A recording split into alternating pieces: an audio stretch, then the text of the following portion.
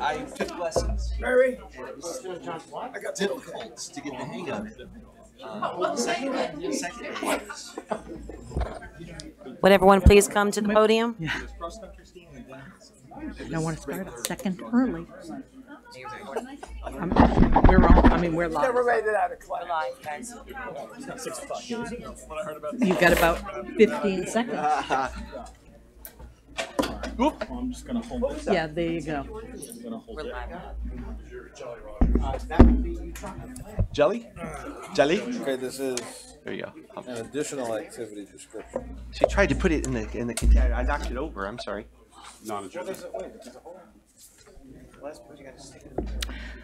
Madam Mayor, it's 6 o'clock. And I want to rock. Thank you, everyone, for joining us. Good evening. I'd like to call this Tuesday, March 6th, City Hall Commission meeting to order and ask the clerk to read the roll, please.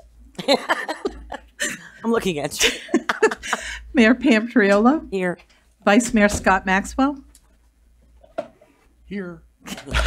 Commissioner Omari Hardy, Here. Commissioner Andy Amoroso, Here. Commissioner Herman Robinson. Here. Thank you. If everyone would please rise for the invocation offered by Pastor Carlos Betancourt from Church of God on behalf of the Vice Mayor. And Sylvina spoke with him yesterday.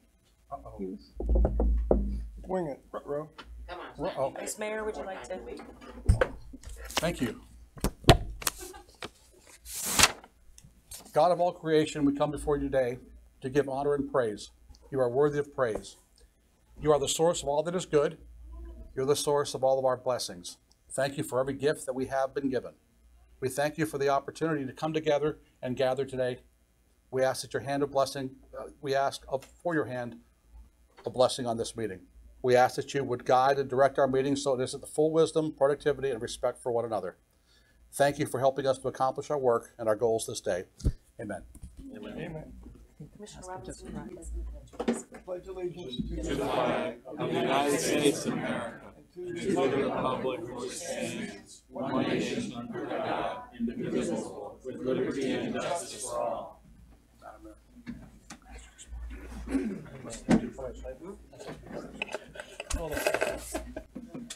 Pastor just walked in. If you would indulge us, Pastor, would you join us?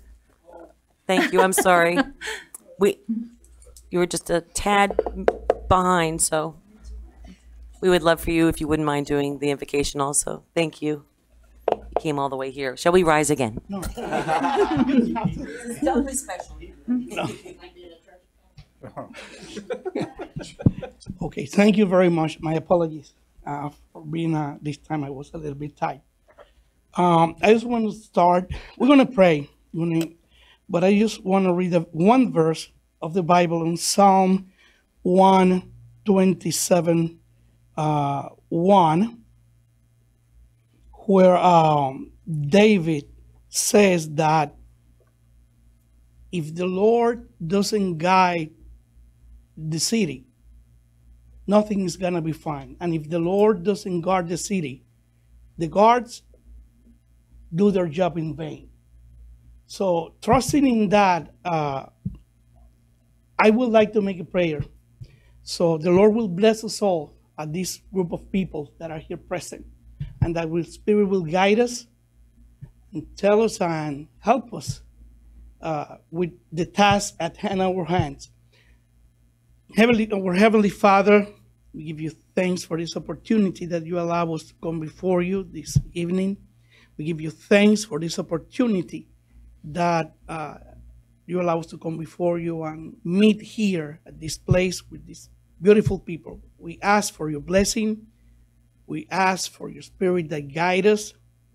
We ask you, God, that you will give us the wisdom, that you will give us that you will provide for whatsoever eventuality, for whatsoever necessity this wonderful city has, that you bless our citizens, you bless our directors, and all those people that somehow have to guide us through these times, difficult times that we are living through.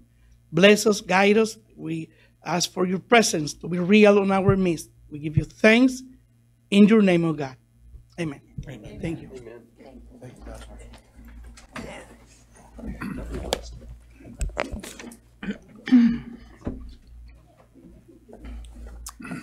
thank you again. Additions, deletions, reordering? Yes, Madam Mayor. Yes? Oh, Which would you like? I'd like to move item N off the consent agenda. So moving that to, let's see, new business B. And I'd like to move under Lake Worth Electric Utility, number 4, ratify emergency purchase for conversation. Okay, so moving consent agenda under the electric utility item 4 to new business item B. 2. B, 2.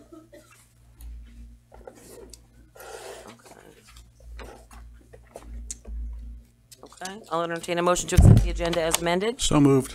Second? Second. All those in favor state so by saying aye. Aye. Aye. All those opposed? Motion.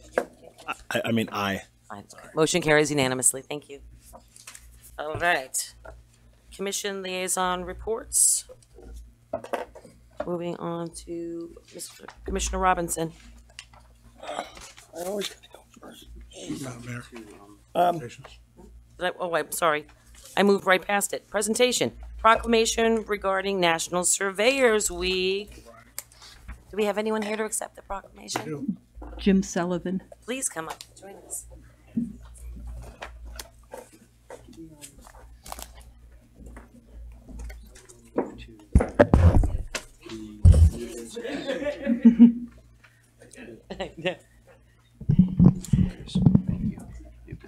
Whereas surveyors and mappers are counted among the founding leaders of our country and were instrumental in the formation of the layout of property boundaries in the United States, which have provided our citizens the enjoyment of property ownership. And whereas George Washington, Thomas Jefferson, and other former presidents of the U.S. served their fellow colonists as surveyors. And whereas the citizens of Florida recognize the valuable contributions of the surveying and mapping profession to history, development, and quality of life in Florida and the United States, and make important decisions based on the knowledge and expertise of licensed surveyors and mappers. And whereas the surveying and mapping profession requires special education, training, the knowledge of mathematics, the related physical and applied sciences, and requirements of law for evidence. And whereas surveyors and mappers are uniquely qualified and licensed to determine and describe land and water boundaries for the management of natural resources and protection of private and public property rights. And whereas the continual advancements in instrumentation have required the surveyor and mapper not only to be able to understand and implement the methods of the past, but also to learn and employ modern technology in finding solutions to meet the challenges of the future. Now, therefore, I, Pam Triolo, Mayor of the City of Lake Worth, Florida, by the virtue of the authority vested in me, do hereby proclaim March 18th through the 24th, 2018, as Florida Surveyors and Mappers Week.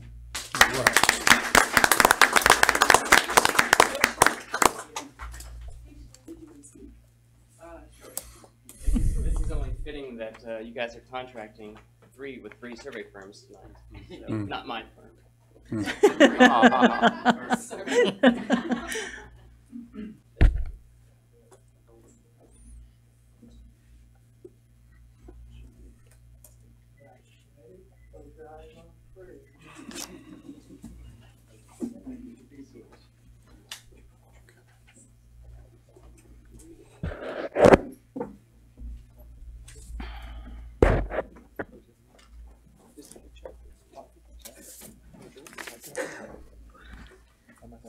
All right, thank you all. Commission liaison reports and comments now. Commissioner Robinson. All right. Just wanted to recognize all the staff and the morale that has been generated from the top down. The city was fantastically clean, and I was proud of our city for street painting and for the FinFest. It was a good showing for Lake Worth. Looking forward to the consultants for the casino having their public meeting in April, I've been told. So get your ideas and enthusiasm up for that meeting.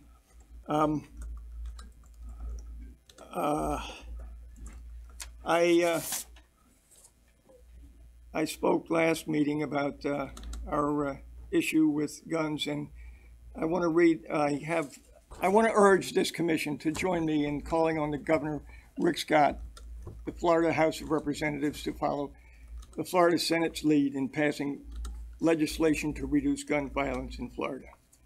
The Senate bill is far from perfect, but it represents an effort to respond meaningfully to the senseless massacre of innocent people. Immediate action by the Florida House will also help restore some faith in elected officials' ability to heed the will of a majority of the Florida residents. I think it's incumbent on this commission in Lake Worth to encourage our state officials to act. We should not remain silent. Our children deserve nothing less. And that'll be my comments for tonight. Thank you. Commissioner Amoroso? Yes, so meetings I attended, I sit on the board for the Palm Beach County League of Cities. We had our board meeting, and I also sit on the board for the BDB. We had our board meeting in the Glades. Both of these meetings were held out at the new campus in the Glades, or right before the Glades. But the BDB, we actually went out to the Glades and visited the new Tullis site. And Tullis is, you'll start seeing more of that. It's their recycling. And I'm not using a bad word, but it's called bagasse. And it's actually, the bagasse is what they take off the sugarcane when they can't use the sugarcane. The actual greens and everything else is produced, and they're making recycled products out of it, which is a huge thing. So you'll see more of that coming up. St. Patrick's Day coming up, March 16th. Big parade. We'll have evening on the Avenue Friday night, and big parade downtown. Please join us for that. Also, 10th annual Easter egg hunt at Bryant Park on the 31st of March. We're still looking for volunteers. If you've never done it before, it's a great time to spend time with the kids and watch them collect eggs. And we need lots of volunteers to work in those egg collecting areas to make sure that all the kids get something, because there's different sections of ages. So we need a lot of volunteers to help with that. And then Gay Pride, we raised the Gay Pride flag outside tonight, and the mayor read the proclamation. And Gay Pride is downtown. Parade is on Sunday, the 25th, but there's a huge event on the 24th and 25th in Bryant Park, so we invite you all down for that. Thank you. Thank you. Commissioner Hardy? I don't have much other than Street Painting Festival was lovely as usual. Midnight Sun was amazing. For the time that I was able to be there, I went there with two objectives, to drink soda and eat funnel cake, and I achieved both objectives. And for the first time in a long time, I missed my neighborhood association meeting, so Tropical Ridge, I'll see you next month. And that's all that I have to say. Thank you. Vice Mayor? Thank you. I haven't much to say myself. I've been a little bit under the weather. However, I would like to comment on the manager's new hairdo. Somehow I'm trying to figure out how this is going to help us with our energy conservation, the whole glare thing.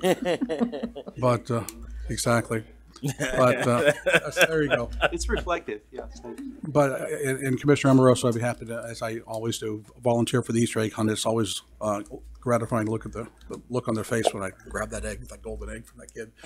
Now, actually, I get to hide the golden egg, which is pretty cool. And but it's a really good time. So come on out. And what is there a charge for that, Commissioner Amoroso? There is, it's $1, I believe. $1, okay. So bring your kids down and let's have a good time. Also, the Street Painting Festival. Saturday seemed a little bit light, but the weather was absolutely gorgeous. And Sunday was just a, what's the word I'm looking for? It was jam-packed. And as I was, scooting around in my little golf cart, I was really taken aback and really pleased to see just exactly how far people are willing to walk to come to an event. I mean, they were probably parked 8, 10, 12 blocks in north and south. It was just really, really cool. And I kind of got the idea, as a couple people wanted to ride on the golf cart, I thought, well, maybe we should do that next year. So I've asked the city manager next year, maybe we could consider having some volunteers tool around on some golf carts, and it helps some of the folks that, can't, it's a little more challenging for them to come up that far. But it was really, really cool to see the traffic jammed up the way it was. It was only 2 days, and we all survived it. Nobody got hurt, and it was just a really wonderful event. And I thank Marianne Weber and company and the city staff for once again outdoing themselves. We definitely have this down to a science, and I'm so proud of the city and their participation. That's all I have. Thank you so much. I walked in here and actually forgot my list of everything, so if I forget something, forgive me. Street Painting Festival, again, was fantastic, and I want to thank our staff. Sometimes we forget about the crew that actually cleans, and they were so good and so on it at Street Painting Festival. I just want to thank them so much.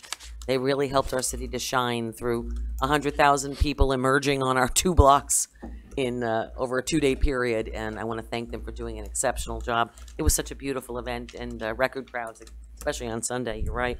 The Midnight Sun Festival, this one is so special to me. I was approached years back about the Finnish people. For a lot of you that don't know the history, they built many parts of our city, and they have a long-standing history in this community. And a lot of the buildings and businesses originally here were from the Finnish community. And if you go down to Bryant Park, you may have noticed those statues, but really not taken a close look. But they were donated by many prominent Finnish citizens years and years and years ago. And I urge you to take a look at that. But bringing back the festival, which was the Finnish festival, which is now the Midnight Sun Festival, was really a dream of theirs within the community. And being able to be on the commission when that happened was just an honor for me. And I just want to thank them for doing that, a beautiful thing. And the wife carrying contest, I heard, was a hit. I don't know who won. Did anyone hear who won this year? Was it a local?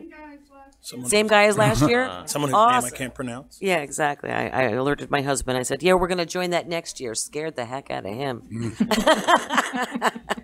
I wanted to remind everyone, Mike, if you could help me with this. Tonight at 3 a.m., it's a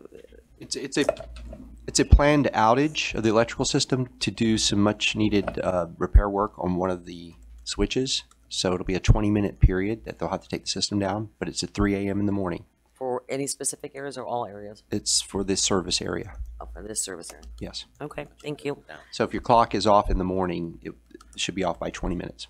Set the battery operated alarm clock tomorrow. Also, I was honored to be today at 2nd Avenue South and K Street. 2nd Avenue South. We've been talking about that project, that roadway project. It is underway, baby. They were digging that whole thing up. I was actually out there and walking through it and going through the plans on it, and it's going to be great. I'm just so happy to be able to do it. We said right after Street Painting Festival, and this is right after Street Painting Festival, so close enough. So I'm really excited about it. But anyone who says, well, that, is that in the $40 million road bond? That's not in the $40 million road bond. That's in our capital improvements. And something to keep in mind, and I've asked staff if they would please put on the website, a lot of people will look at the road bond information, and they might not know that some other projects are being done by our capital improvement projects also.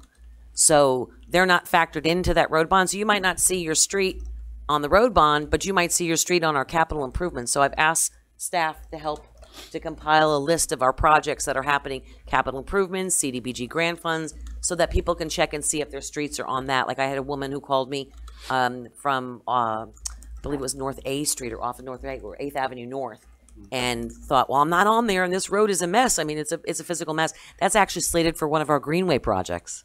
So she was delighted to find out that there's a gorgeous new greenway that's going to be created on her block, and she thought she wasn't included. So it hopefully will be a better resource for you, and I'll work on that, I promise. All right. Moving on to approval of the minutes. So moved. Second? Madam Mayor. Yes? Item number 7. Huh? 7. Oh. Yeah. What is with me? I'm like skipping ahead. Okay. Public participation of non-agenda items.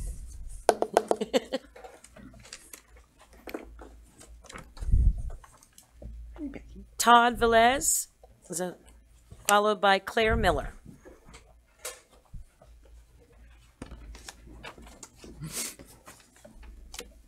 Welcome. I guess it starts recording now, right? timing. I was going to cover a few things, and I thought, well, how do I compress so much into 2 minutes? So I have to do it in an episodic form. So what I want to cover is the to and fro and the whereas, and using a tapestry as an analogy. The weft and warp is what you show, is the weft, and the warp is what you hide behind it. And this is how it ties in with a few things that I want to touch on. I heard earlier that we the people comes from the Bible. They'll be reintroducing the Bible to school systems soon because it's used so much in history and top-rated books. What this ties into is the Bible Museum in Washington, which is, I'm starting to get support that whoever the mayor is will go with 12 ministers, because the Ministerial Association of Lake Worth is now active since 15, which it had been at that time 22 years defunct. I got that from Reverend Dr. Dillon from Calvary, which is closed. I would go running back if Calvary had not closed itself, but that's another story. He asked me to go and try and get the Ministerial Association rebooted, and I said, well, I'm not a minister. He said, but you don't have an issue with denomination, so you can go in the churches and ask. So it took me about 4 years to get someone interested. I offered it to the Presbyterian, and Joan at the time had a mission of hurricane shelters with the church properties. But it didn't get going, so Pastor Chris Voss of Sunlight or Dutch Reform or Church Christian Reform Church has now headed it up. They'll be meeting more and more regularly. This tied in with Reverend Wissey, I should say, of the Dutch Reform. The Dutch Reform, the First Presbyterian Church, and a few other churches, and the Jehovah's Witness are the first in the county. So it ties into a rich history of a Bible town and of its history, of its a little over 100 years. When you spoke of the surveying, Lake Osborne is named after surveyors of the 1840s, 1850s, when they surveyed this area. And they had the original name for Lake Osborne, which meant Spirit of the Shining Water, or something like that, a very spiritual name from the original Indian name. So I thought it was quite interesting how it all ties in. I would like to bring to attention the movie history. 1918, 1928 is the 90th memorial of the hurricane that swept through. And Presbyterian Church will be doing a silent film production of its history. Now I guess I'll have to continue 2 weeks from now. Thank you very much. Thank you, Todd. Clara Miller, followed by John Faust.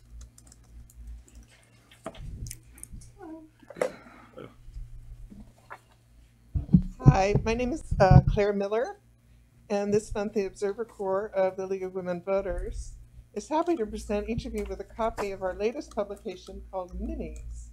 It's the first in a 5-part series designed to entice people to learn more about civics and democracy. This edition uses the questions study to become a citizen of the United States. The information is presented in a crossword puzzle format to add fun to the learning process. Copies are being given to the Palm Beach County School District and other community groups. Response has been tremendous, and in fact, we're already raising money to reprint. Coming topics in the series are county government, state government, etc. I'll have 77 copies. Thank you.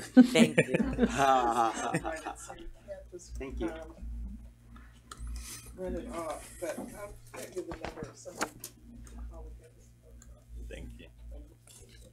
That's surprisingly. Thank you very much. Thank you, Claire. The league is very important in education, civics. Thank you.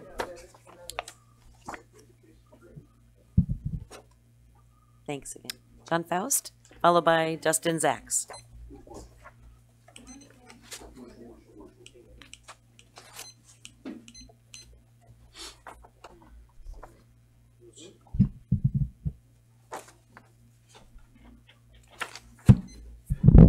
Good evening, Madam Mayor and Commission and staff.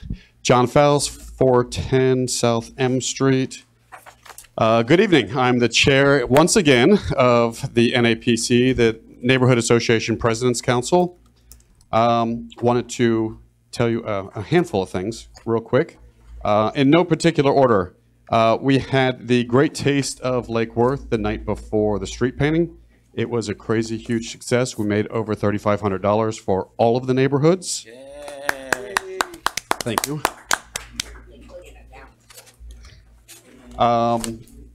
Let's see. In upcoming, NAPC has reserved a space for all neighbors to march in both the St. Patrick's Day Parade and the Pride Parade. So there is a section there for neighbors. Please come out and join us on that. That's always fun. The NAPC has named the theme for this year's 2018 Great American Raft Race. The theme this year is, city manager's cringing, Yeah, it's usually bad. a race to the zoo. So you can do with that what you will. Pith helmets or leopard stockings, I don't know. And last but not least, the Downtown Jewels signature home and garden fundraiser is the Floffing, our 7th annual Floffing Florida Urban Mini Putt-Putt Golf Home Tour. This by far is the city's most prestigious fundraiser. Golf tournament. Tongue in cheek. It's a got my mini t-shirt, putt-putt. only $15. Get your t-shirts, get your tickets. This is March 24th. It is a 9-hole golf tour through downtown. Check-in will be at the Revelry on South J Street, and the after party and awards and prizes will be given in the back parking lot. We have reserved the back parking lot behind. What time is check-in? Check-in, thank you, is between 11, you can start as late as 1. We're going to shut down the course at 3 and give away all the prizes and the top purses at 3:30. Thank you. Any questions? Thank you, sir. Hearing none, thank you. Thank you. Yeah, what's Floffing stand? Floffing, Florida Urban Mini Putt-Putt Golf. Thank you. Dustin Zacks asked me to please read this. I have many great ideas about speed bumps in my neighborhood, and I want Pam to take care of it. But Andy's the only one who's called. What gives? Stay classy, Lantana. I was concerned it would be involving cats, so I No cat. not responsive. Greg Rice, followed by Peggy Fisher.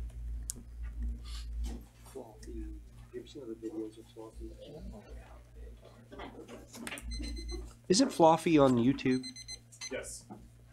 He's worth a watch. Greg Rice, I might have been the first to do this, 511 Lucerne Avenue. The beautiful Lucerne in the heart of downtown. Well, almost. I too want to thank the city staff, all those that worked tirelessly during the street painting festival. You know, it's the little things that make the big difference.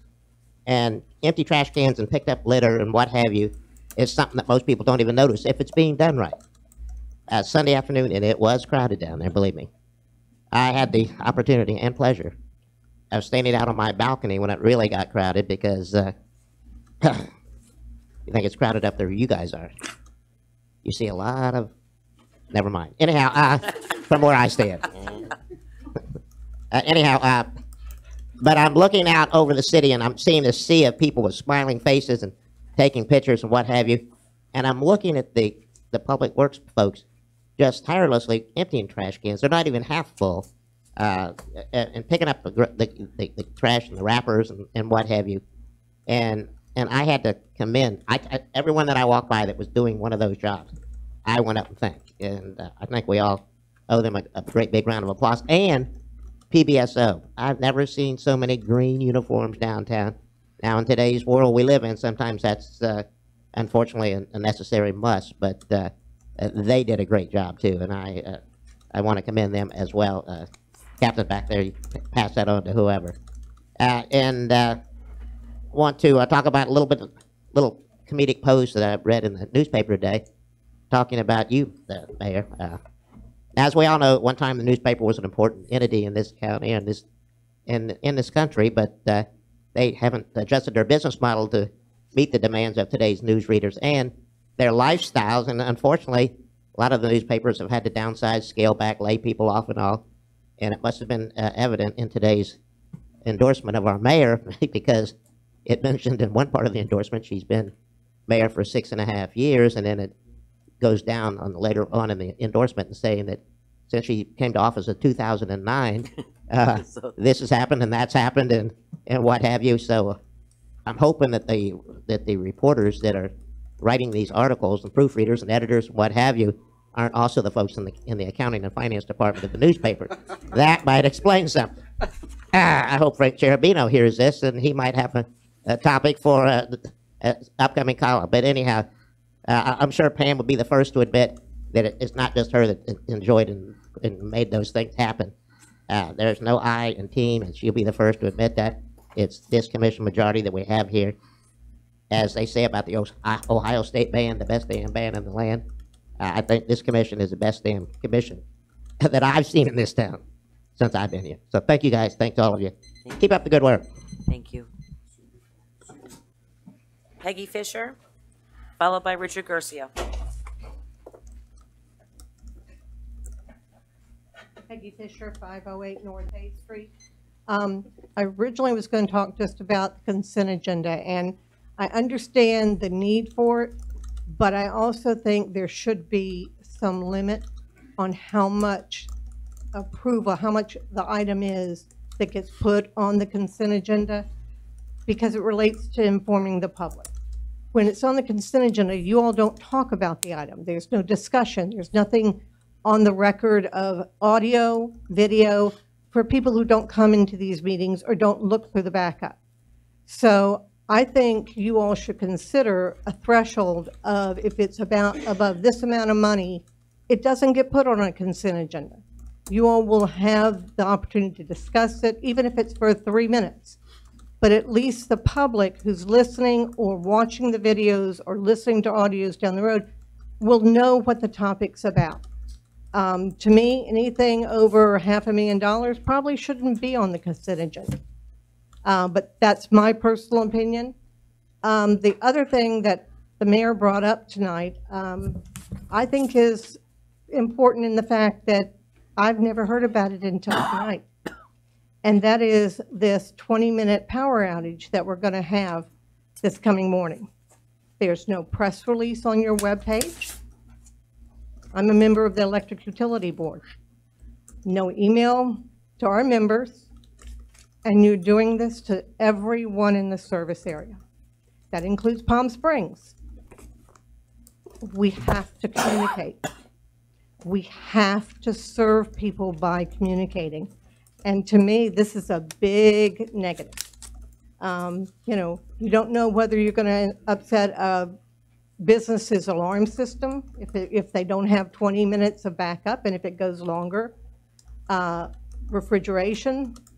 If business owners don't know, they can't plan. And I really hope that anything like this in the future is well communicated to the businesses in the city and to all the residents. Thank you. Thank you. Richard Garcia. Madam Mayor, Richard Durcio, Chair of the Finance Advisory Board and the Bond Oversight Committee. We had our first orientation meeting last night for the Bond Oversight Committee. Staff did a great job. Brian Shields, Jamie Brown, Darren Portner, and of course Corinne Elliott from Finance, and you, Madam Mayor. Your input and your insights were invaluable there. Also tonight on the consent agenda, I see that Ben Ellis will be finally the 7th member of the Finance Advisory Board. We've been at least a man short for just about a year now.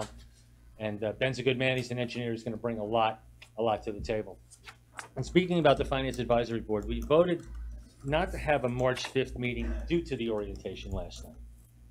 But with the budget coming up, I felt that maybe we needed to have a special meeting. I wanted to call a special meeting just for us to get our wheels going and get ourselves started, just not to hit it in and go 2 months without a meeting. I was denied that. I put out the staff to put out a meeting, and I was told no, I couldn't do it.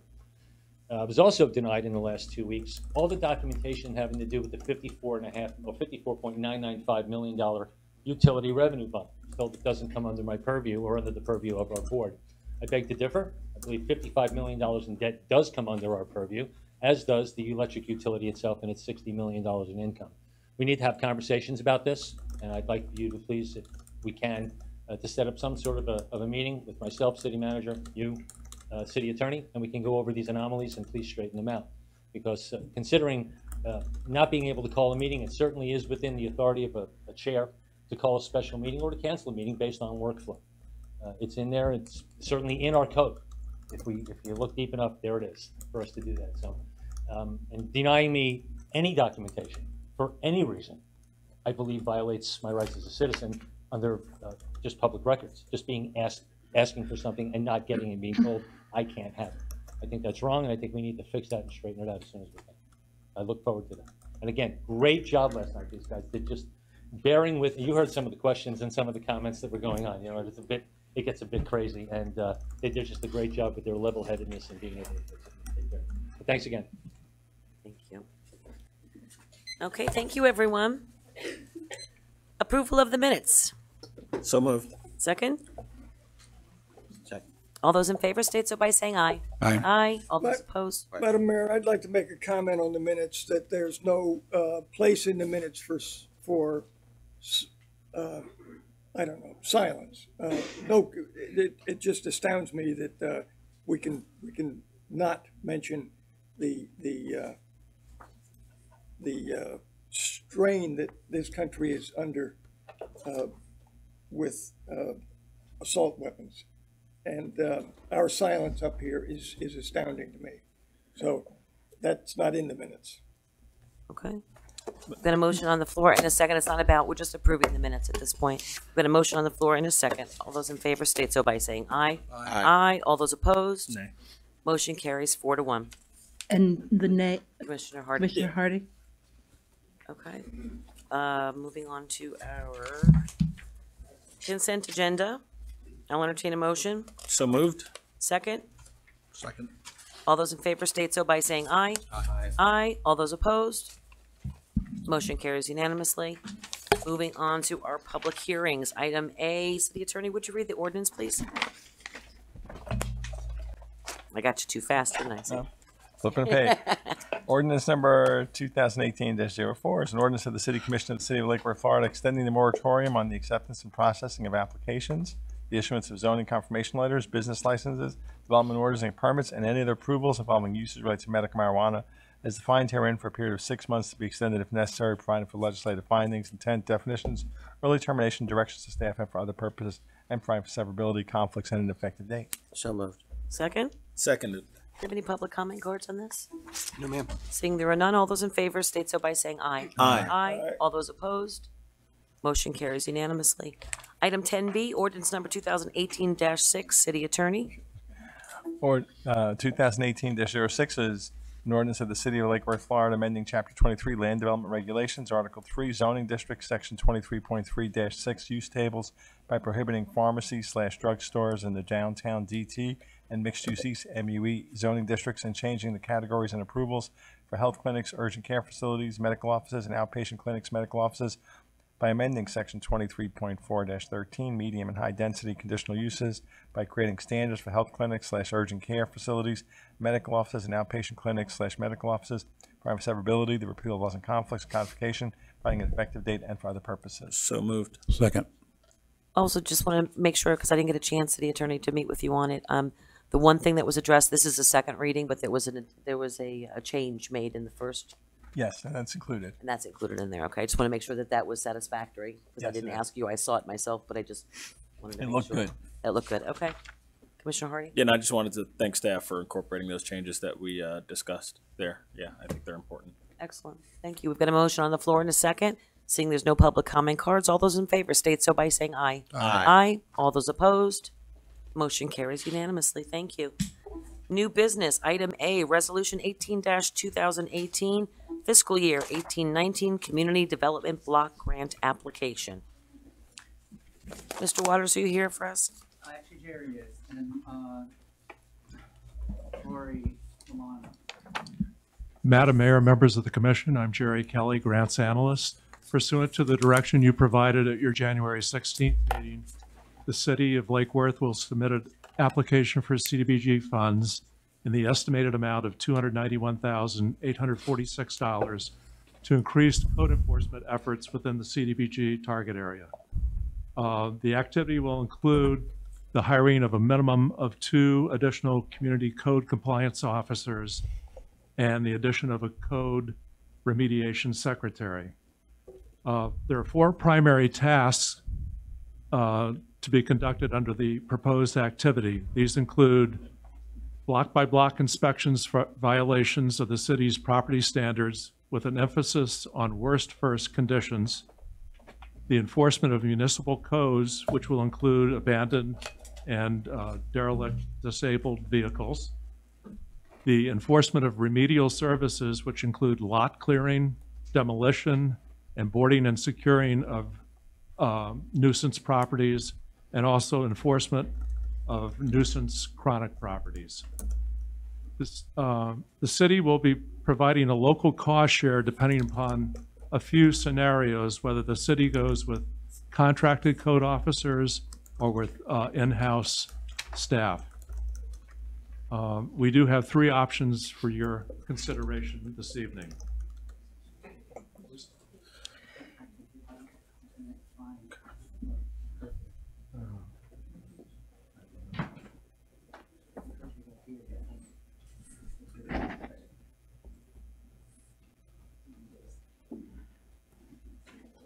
Do these options have to be? Are you able to? Madam Mayor, before there would be any discussion on this, you would have to have a motion and a So second on the moved. floor. Do I have a second? I need to, first I need to. What are you moving? To go forward, well, basically to go forward with the application. Well, we And can't- I understand that we have a number of options that we have to discuss, but we We'd can't have to- discuss the options until we He'll have. tell you the options, but before you can have discussion on it, you have to have a motion on the floor. Mm-hmm. So we'll go through the options. Commissioner Hardy's made the motion. Do I have a second? To have discussion? Do I have a second? I'm all for discussion. Thank you. Commissioner Robinson seconded the motion. All right. Are you going to describe the 3 options, gentlemen? The first option is a contract employee.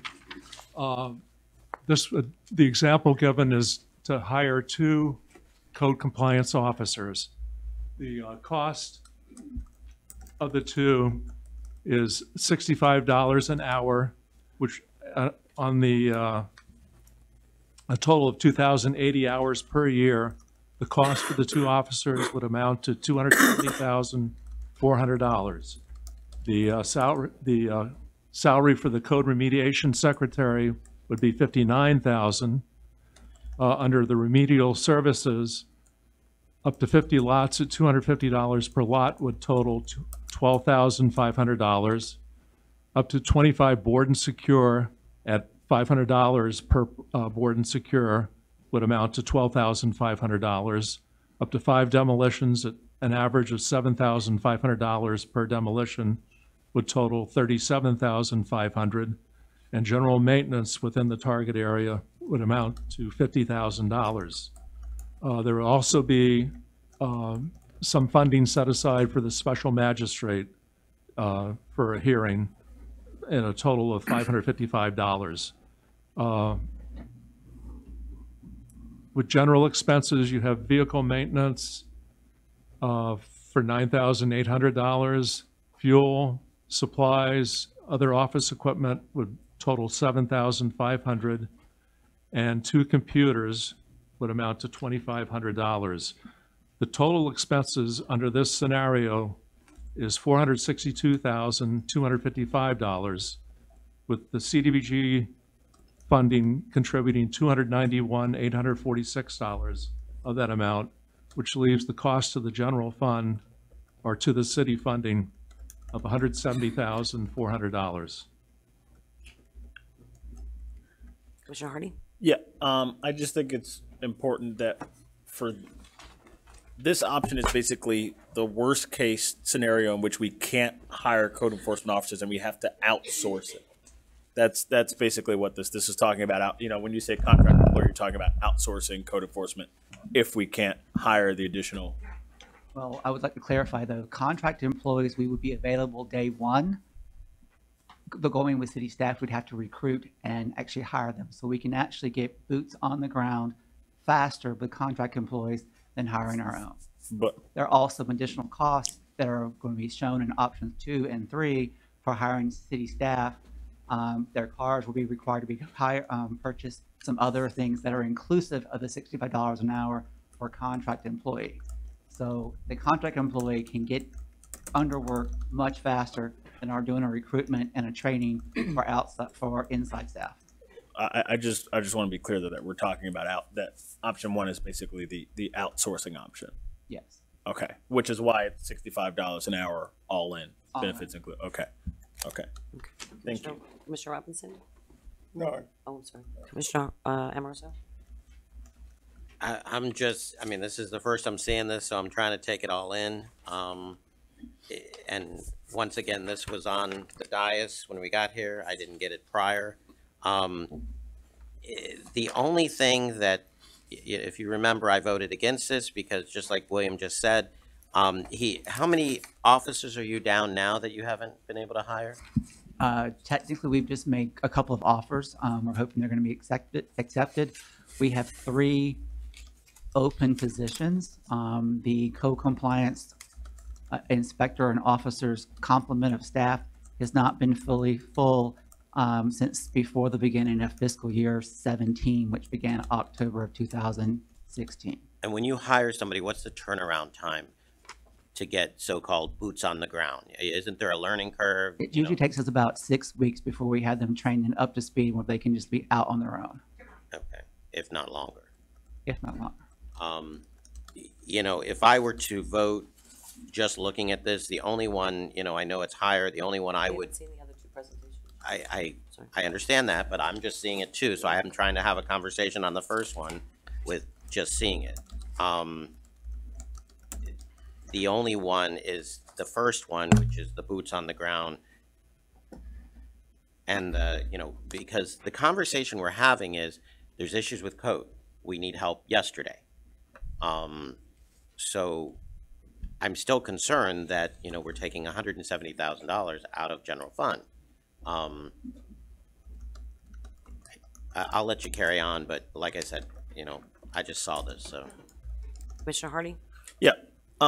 So I had a few conversations with staff about this particular agenda item. There was an issue with the backup that we were originally given and that it does not show the array of options. It basically showed the worst case scenario. And so after the conversation that I had with staff, there was an effort to make sure that the range of options were presented to all of us. And I understand that it came a little bit late. So that's number 1.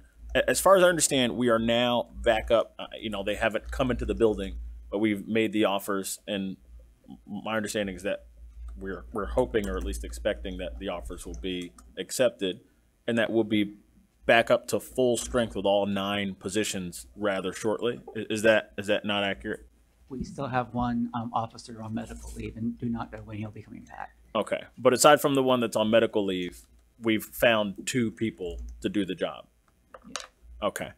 And then I guess going forward, it's a question of, you know, do we think that we're capable of hiring additional people? What is your outlook? I guess, you know, what do you think about our ability to go out and find additional people to do this work? Considering the fact that as this grant is set up, it's only for a year. The money's not available to almost halfway through the fiscal year which it applies. I am rather not overly positive about our being able to recruit people who have the experience that we need when we can only offer them possibly a 6-month or 9-month position because he couldn't be approved as full-time positions because the funding would not be there. I would have to come back again in FY20 and those positions be made permanent to keep them on staff.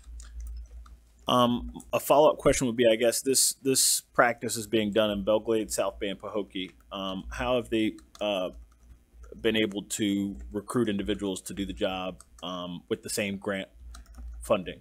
they have chosen, as far as I understand, to recommit the CDBG funds year after Annually. year. Right.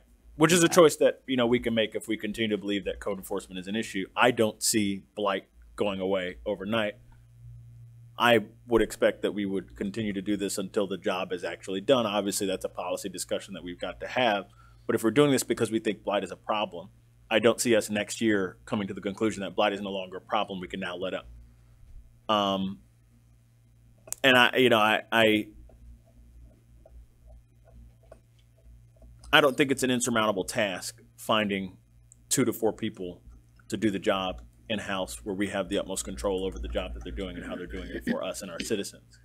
And when we can do it at potentially a lower annual cost, even though there's a fixed cost investment. You have there. option 2 and 3. Option 2 and 3, where we do have hiring of city staff, the impact on the general fund goes up dramatically. Let's talk about it. And just to follow up on that, so now we have 2 or 3 new code officers that are being hired. You know, our big concern was we couldn't hire and we didn't have them. Now we have them. My question is, do we still need to allocate this money towards additional code officers if we've just hired, you know, the positions we haven't been able to fill? How long have those positions been empty?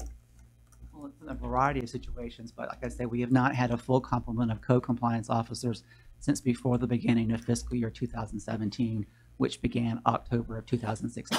So we could easily, you know, be able to hit the ground running with these new officers. And, you know, like Commissioner Omari said, blight's not going away, but we now have, you know, a better complement of officers that can do the job. Keep in mind, too, that code compliance officers themselves do not remove blight. The removal of blight does require the property owners themselves to invest in their properties. And the areas that this is targeting are the least affluent areas of the city. So I'm hoping that you don't have unrealistic expectations of what additional code officers can actually do. We can write up thousands of properties for code compliance, but unless the property owner is willing to comply and invest, things won't change. Agreed. Commissioner Robinson? The map is important in having the community understand the boundaries of what is being affected by any decision. Second, priority of code officers is one thing. We spend an awful lot of time on bad judgment from code, in my opinion. And code violations are like roads. They're never going to be done. And if we emphasize the importance of violations for a year, then in the following year, we will hopefully be getting, if HUD still exists and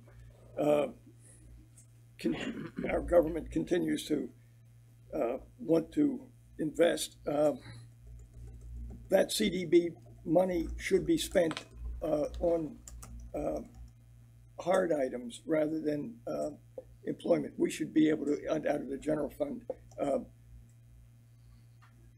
employ the people we need. CDBG money is special money that should be used for, I don't want to say emergency or, but it's not in the general fund and should be invested where we fall short. Employment isn't normally part of CDBG money. Commissioner Maxwell? Thank you. A couple of things here. First of all, I think we really need to find out why we're turning over code enforcement officers first. Because if we keep turning them over, we can hire all the code enforcement officers you want if they're going to continue to turn over. So we need to find out why they're turning over. The other thing here is that when you talk about this target area, I think there needs to be a demographic study done to figure out how many of these properties are actually homesteaded and how many of them are actually owner occupied. So to your point about, you know, some folks are impoverished, that's very much the case. But if you're an income property owner, you know, I look at things a little bit differently, okay? And so basically you have 2 buckets of property. You have the rental You have the owner occupied. Now, we've talked about this over the years, and that is the old HERO ordinance, where we allocate some money, set aside some money for folks to apply for grants if they have a true financial need and they get caught up in code enforcement. And you know, one of these days, I think we probably really seriously consider funding that, because I think it addresses the concern that William Waters brings up, and that is, well, you know, it's an impoverished area, and at the end of the day, if the property owner doesn't, you know, bring up the property, well, if they don't have it, they can't do it. So should we, you know, position ourselves in a similar way that the county does and offer some sort of grant funding for folks? We don't have to reinvent the wheel. We don't have to reinvent any kind of a grant model, but I mean, these are things that we should have been doing all along. I don't know off the top of my hat what type of revenue has been generated over the last few years with our beefed up enforcement. And before I say another word about that, for anybody that's listening and anybody that's in the audience, that is not the mission of code enforcement. We're not here to assess punitive financial damages on you. We want you to comply your property. However, for those people who feel like that they are smarter than we are and smarter than the law and want to, you know, thumb their nose at the processes, unfortunately, there are some financial consequences that go with that. And my point is, those financial consequences should be leveraged to their fullest advantage to be put back into the community in the form of the HERO grants or whatever, and the staffing of this department. So I just want to point that out. We need to find out why we're turning them over. We need to figure out who exactly is in the demographic area and have a more sniper shot approach to how we're having this conversation. I want to see the other two presentations, but before that, just one question for you. CDBG grant funds have been instrumental in us transforming our neighborhoods and when it comes to infrastructure and roadway projects. I mean, it's how before there was a bond, it was how we got projects done on streets that were ignored for 100 years. You know, unimproved rights of way in sections of the town that never experienced a roadway or anything we're now seeing greenways. We're now seeing roadways. We're working with the community on that. I mean, we're doing the right thing in areas that should have done the right thing a long time ago. And I'm proud of how we've spent these CDBG grant funds to use them for code enforcement, which is a job, you know, that we're supposed to fund and do and provide for. And I know that we're not there yet. You know, I understand. I'm not here to critique.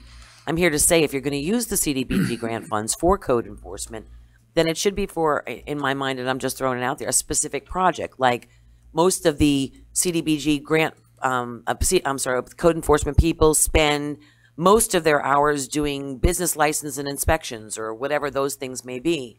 Could we bring in, if we're going to outsource people, bring them in to do a function that is constantly working on something so that our code people can go out and deal with code? You know, some of those office and administrative work jobs are holding our officers from being able to go out into the community and actually do their jobs. I mean, I'd rather see it spent in a way that they could come in a year and use those funds and address all of those issues to free our code guys out to make a difference in our communities. I mean, I'm just throwing it out there. Have you thought about that? The item you're mentioning, which is taking up anywhere from a third to 75% of the current time of code officers, is use and occupancy inspections, which is an ineligible activity under CDBG. We are bringing forward to you a request in the mid-year budget amendment to fund 2 contract employees to take over the use and occupancy inspections exclusively, and that would free up 2 of our, essentially 2 FTEs, probably across more than 2 people, just focus their entirety of their time on code compliance activities and not do use and occupancy inspections. Perfect. Okay. Thank you. You'll see that whenever the budget amendment is, and is that city manager? I don't remember when that item's coming. Well, that's smart use of dollars there, and then you're getting 4 for the price of 2. Commissioner Hardy? Yep. I guess the first thing I'll say is I don't understand the trepidation that we have about taking this course of hiring people with CDBG money to do code enforcement when communities out in the Glades have been doing it since at least 2011. Every single year they found a way to do it, and somehow it's an extremely difficult task about which we should have a great deal of fear and trepidation. I don't understand that. And as far as what CDBG is for, this is a perfectly eligible criteria. When Congress wrote this grant program, they thought that this was really important because communities such as ours not only need roads, but they need people to tackle blight. And I understand that code enforcement has a role to play. They don't play the definitive role as regards eliminating blight. But, you know, the fact is, within the CDBG target area, I would guess, frankly, that a lot of the properties that have the code issues are not owner occupied. They're owned by people who live in Wellington, who live all over the county, who live all over the United States, and who receive a check in the P.O. box every month, and nobody's putting pressure on them to upgrade their properties. And so my idea was to basically take this money and to put as much pressure as we possibly can on the slumlords who are taking advantage of our city, who are taking advantage of our neighborhoods, and force them to upgrade their properties or to pay the piper. And so I think it's really, really important that with this grant funding, we hire as many people as we can to go out and observe as many violations as we can, note these violations, and force property owners to correct them or pay us. And that, I think, is really, really important that we not lose sight of that. Manpower is important in this. We have a huge, huge problem. It's not going away overnight, and we need manpower to do it. I just wanted to just respond to that. I have absolutely no fear or trepidation about using it for code enforcement. What I'm saying is the consistency. If we're going to do something, I want us to be able to maintain it financially and be able to continue it. Meaning, if we use a grant 1 year, that's $290,000 that we're talking about, right? So that now we're committing every single future CDBG grant obligation to fund staffing.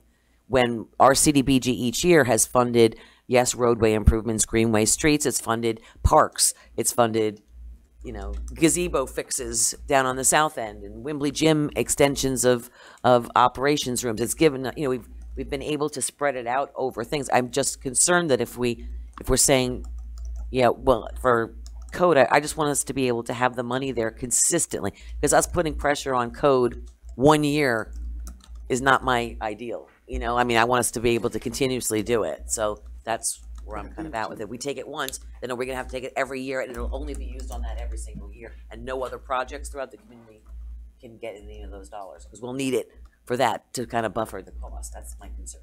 May I follow up on that? Sure. I agree with you wholeheartedly. One of the reasons why I felt comfortable proposing using CDBG funds for this particular purpose, knowing that it's an annual, you know, every year we have to come back and have this discussion, is the fact that we do have a $40 million bond, which is taking care of a third of our neighborhood roads. We do have $22 to $25 million of penny sales tax money, which is earmarked specifically for infrastructure, coming in over the next 10 years. So for a defined period of time, between now and 2020, between now and 2026, we're going to have tens of millions of dollars to dedicate for infrastructure spending.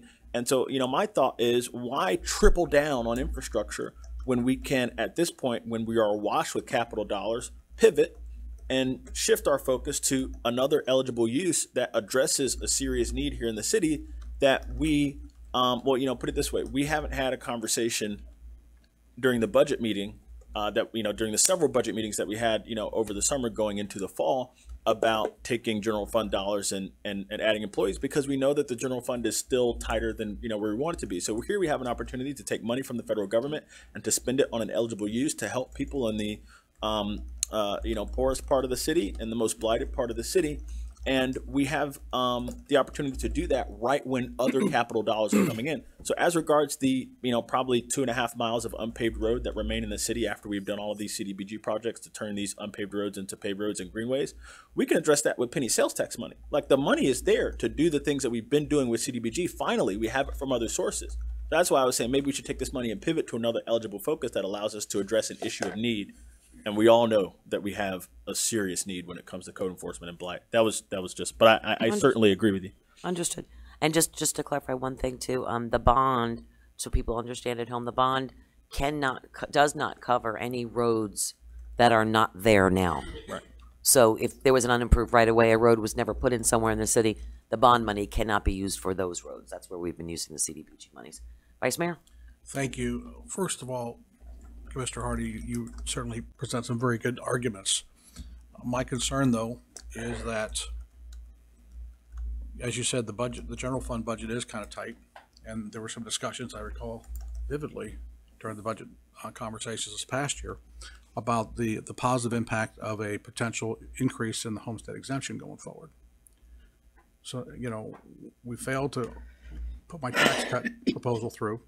In anticipation of that move, I would suggest that putting ourselves on the hook for a similar dollar value going forth is not the brightest thing to do. Now, I would say this, you know, I would like to see how we could spend some of that money and challenge the code department to go back and say, how can we maximize these dollars without necessarily putting somebody physically on the street? I need, and I mentioned this when we had this conversation before, we need somebody that can do research and analysis, or somebody that can be inside, that can take that, whatever that they bring in paperwork-wise, and process that for them so they get back on the road, okay?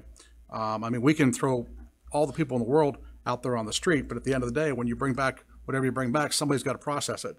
And if you don't have the support staff, then you just create another bottleneck.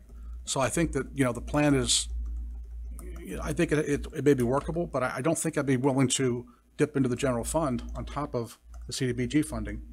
I just don't think that's a wise way to get ourselves where we want to be.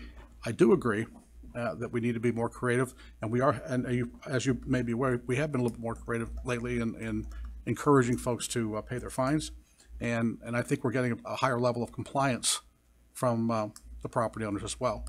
So I think, you know, incremental baby steps, but let's work this a little bit more. Yeah, I think you're all, you've got good ideas, everyone. Commissioner Robinson, are you going to add to that good? Yeah, I was going to compliment Commissioner Omari in a different way, that he always presents his case well. I'm not sure that his case is good, but that's $10, by the way. Welcome to the commission. But he presents it. It looks good doing it. We are not awash in money in any way, shape, or form, are we, Ed? I mean, seriously, not to say we're awash in money, and to say that we have decided already that we're going to put the penny sales tax into roads is a little ahead of the workshop that I hope we're going to have. And how's the uncollected fines that code doesn't fix properties? It only punishes or encourages people to fix properties. We have a tremendous amount of uncollected fines that have been going on for years. And, you know, in my opinion, code encouragement can go a long way before we even find them.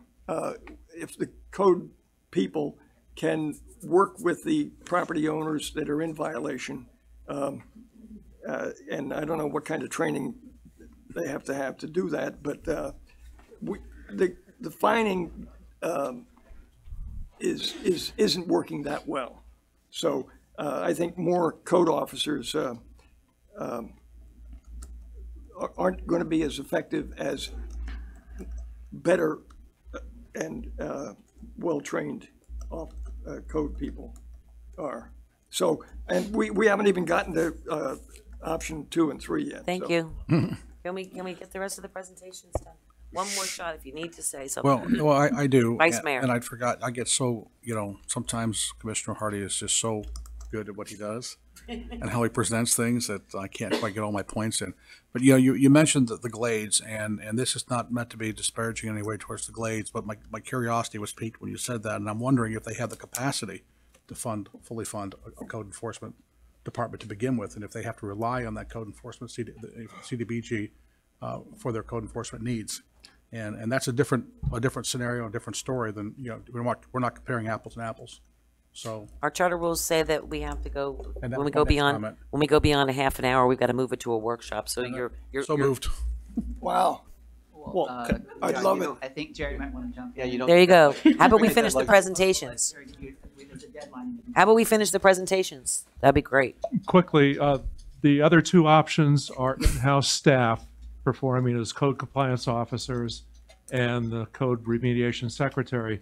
The differences in these two options amounts to the salary of a code compliance officer totaling $83,200 per officer, and there are general expenses that are not included in the first option, such as purchase of vehicles, vehicle maintenance, and computers for the code compliance officers.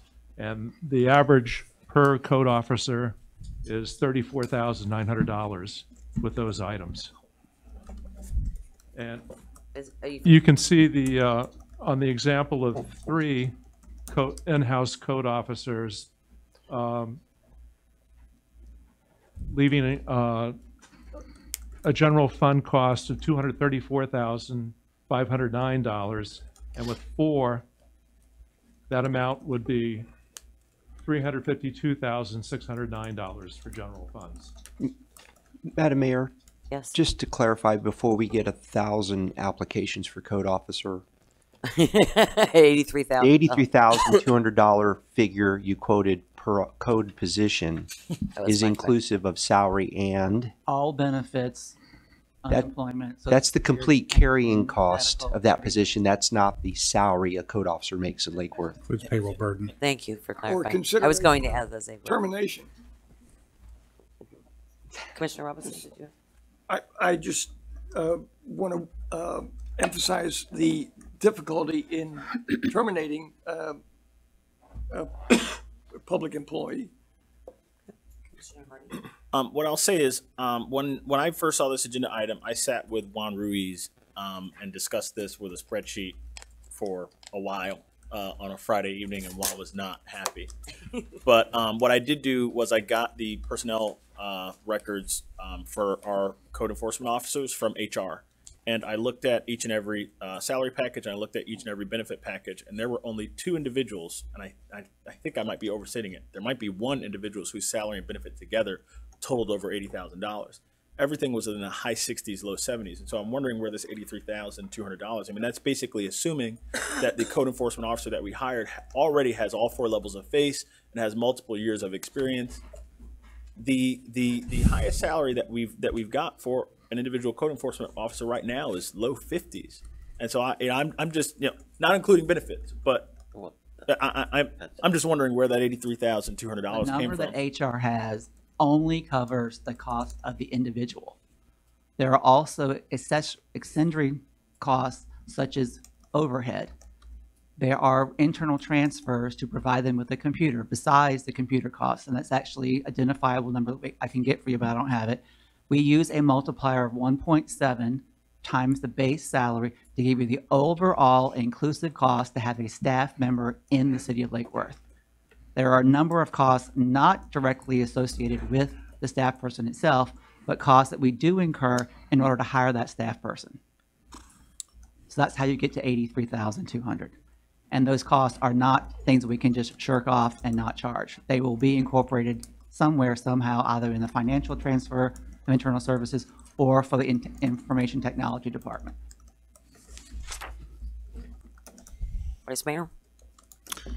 Yeah, I'm just wondering, why are we putting capital expenses in a budget for annual comparison purposes? We're not buying new cars every year. Yes. No, but we're going to have new cars if we hire new staff. Excuse me? One at a time, please. If these staff people are city staff people, they'll need a car to communicate or get around the city. A contract employee brings the car with them. So unless we have magical cars someplace we'd have to buy cars for them. Well, sure, but that's a one-time expense, and they're probably going to get 4 or 5 years out of them. Right, but you wanted to know the full cost of the program the first year. Yeah, the last time I checked, I can't buy a car for $25,000. That's the number that public services can get us a car for. Okay, and the third comment I want to make, and I know it's coming out of left field for this one, boys and girls. I think we should split these folks up. I think we should have some golf carts. No, I'm dead serious. I am serious as a heart attack, because it's a lot easier for them to tool around at that speed and see what's going on than it is for them to, zoom up and down the street in a regular vehicle. And I think that's something we should seriously consider going forward. And they rotate out different shifts or whatever. That's all I have to say. Mr. Amoroso? I just, it seems like the consensus is not to move forward. But my question is, I know, Jerry, you have a deadline. What are the alternatives if we do not move forward with something tonight? I know originally we had a list that came to us, and it kind of just disappeared. What's the deadline, and what's the next step if we don't decide to move forward tonight? The deadline is March 12th. The other activities that we considered were some greenways. I think 12th Avenue North, 11th Avenue North, and another greenway. Because we won't have another on the meeting south end. before you need to make that decision and move forward. We need a decision tonight if we could. Commissioner Hardy? Yeah, I just want to say, first of all, we took a vote in December to authorize Jerry to put this package together. And so we committed to this CDBG package in December. That's like really important. And several of us have been in the public, telling the public to expect this to come from us. So the idea that we're going to wait until now and then change course is not appropriate, in my opinion, given the fact that we took a vote. If we want to undo the vote that we did, then we can put it on an agenda in the future, you know, what have you. Anyway, back to the 1.7 multiplier. Starting code enforcement officer makes about $1,684 every 2 weeks, right? That's $43,784 a year. You can multiply that by 1.7 and you still only get 74,000. And so that's, I'm just still wondering, it looks to me that this $83,000 number is on the higher end of things. If somebody has all 4 levels of SAFE, they've received multiple raises, they have, you know, as much experience as our most experienced code enforcement officer, it does not appear to me that the inputs to this model that we're seeing here reflect the, I don't want to say that. Yes, it doesn't appear to be genuine.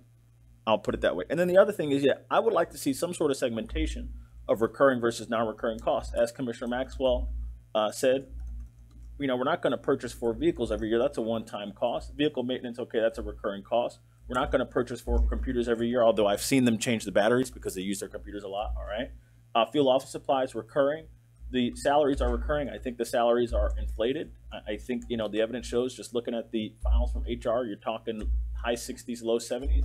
I think we can do it with a decently sizable one-time investment from the general fund to buy some of these capital items. I would definitely entertain the idea of a golf cart. You can certainly get around and you can get into these back alleys a lot easier. You know, maybe we can get them a tricked out power version. I don't know. But yeah, you know, I think that this is doable, and I think it needs to be more than 2 officers. And I think that we need to hire the officers and not outsource. Why would we pay the same amount of money to get half the code enforcement officers, so we can just bring them in with an upfront investment from the general fund to get them all of the equipment that they need, and then have these officers? And I think this is an issue. You know, it's like, you know, what John Gruden says about rushing the passer. You know, you can never hit the quarterback too many times. You can never, in a city like ours that has some of the issues that we have, particularly in the CDBG target area. Can we get that target area up there again so that folks here can see? That's the target area. If that doesn't look like the area that most needs this kind of attention, I don't know what is, right? That's the neighborhood that I, you know, first moved into here in the city, and the people who live there are frustrated with absentee slumlords who take advantage of them, who take advantage of the city, and for whom their properties are nothing but a check in the mail. And we need to do everything we can to keep these people honest to the folks in the neighborhood and to us. And so, you know, I am for taking a chance on you guys, because I believe in you guys and the ability to get people in the door who can do the job.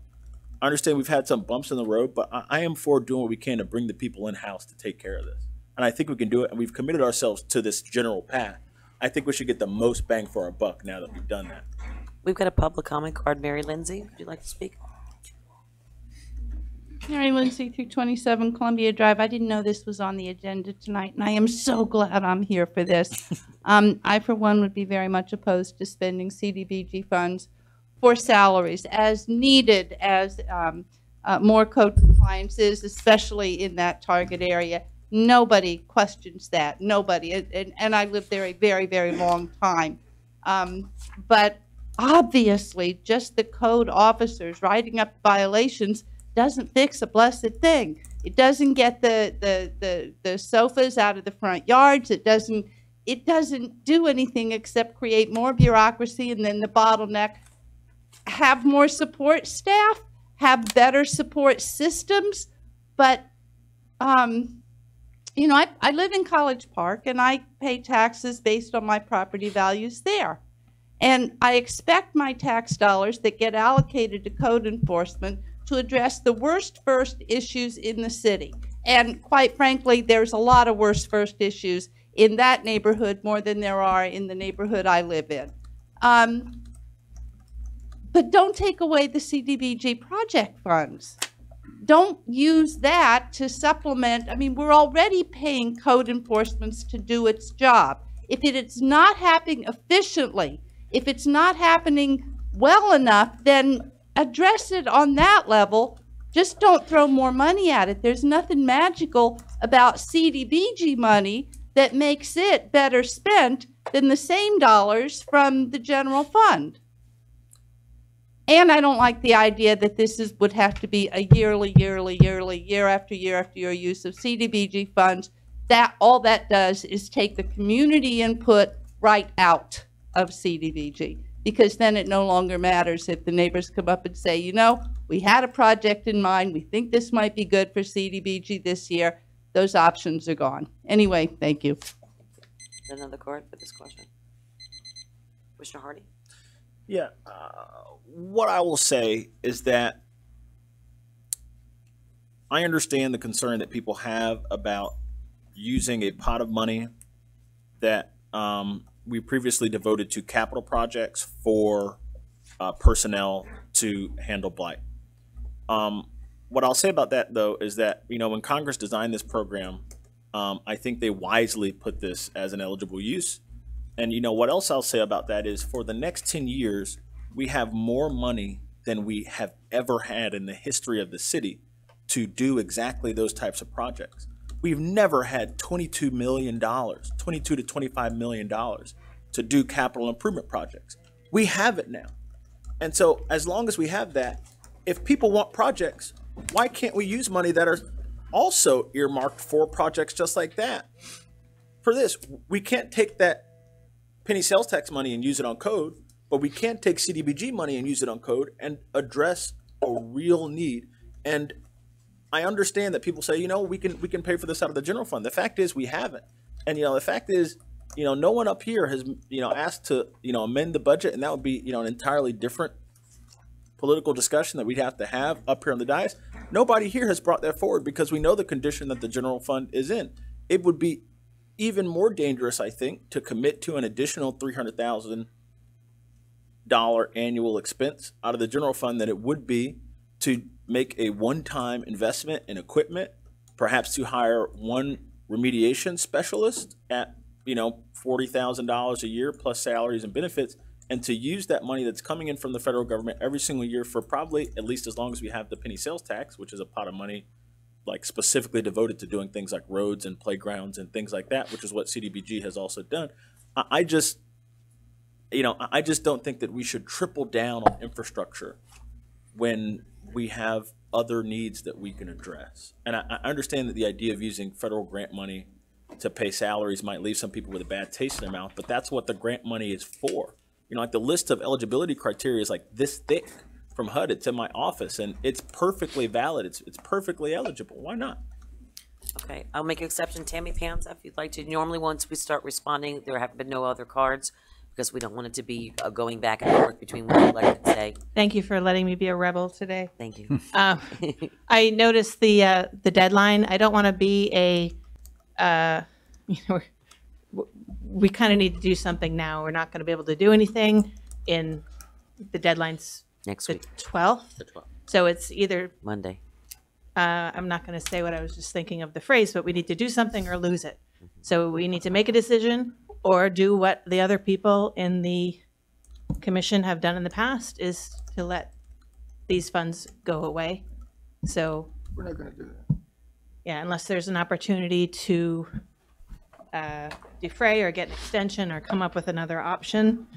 Let's make the best use of these code officers, let them know it's a year position and it may not be repeated next year, but there's no other choice at this point other than this. So I think your decision is really simple. I agree, Ms. Panza. I think that, you know, we all sat here and we came to consensus that this money could be used for CDBG for code enforcement. That was our decision last time around. We made it tonight. There's been some hemming and hawing in different directions. For me, with the close proximity of the expiration of it, I would, like I said, knowing how much we need assistance in code enforcement at this time, I would be comfortable with probably suggesting option 1 in reference to, at least since we're bringing in 1 to 2 more officers and we have 2 officers there, I would be comfortable with that option, knowing that we have to build up that department. Again, we debated back and forth a variety of different things. I don't believe that we should be funding full-time positions on a consistent basis, and I want to make sure that those funds are open elsewhere. But right now, we need help in code enforcement. You talk to anybody on the street, anyone living in these communities, in this specific neighborhood, we need code enforcement. We need more manpower. We need more help, and I'm willing to take that now. And once we see how it operates and how those funds are put to use, and if they're actually changing lives and making a difference, then we can talk hopefully about bringing people into compliance and getting rid of the bad guys and the bad players in it. I'll feel a heck of a lot better. But at least knowing that we tried and that we did this is very important, I think, to me. I know to me. Vice Mayor. Sure. First of all, it's gotten better in recent years, but I really hate this last minute. You got to do something. Thank you. The scar's going to fall. It's gotten better, but it's another one of those classic examples where we have the gun held to our head. I'm looking at this option 1 because the mayor just said she might be interested or might be leaning in that direction, and I'm looking at the numbers a little bit harder, and I'm looking at the board secure at $500. You can't board and secure for $500. Can you? Yeah. We looked at a general average of what we've been spending for the past 4 years on board and secures, knowing that most of the properties we'll be taking on are of a smaller variety. Okay. And the $500 was an average. Some are going to be more, some are going to be less. That's with tamper-resistant screws, proper Yes. plywood. That's meeting our specifications per our request for proposals and responses from our contractor. Capping off the sewer. You can't cap off the sewer unless you're going to do a demolition. All we do is board and secure the building. Is it? Don't you have to put the cap off the sewer when you board? It's part of the permit process. That's for demolition, not board and secure. Okay then. You want to make a motion? Commissioner Hardy? Yeah.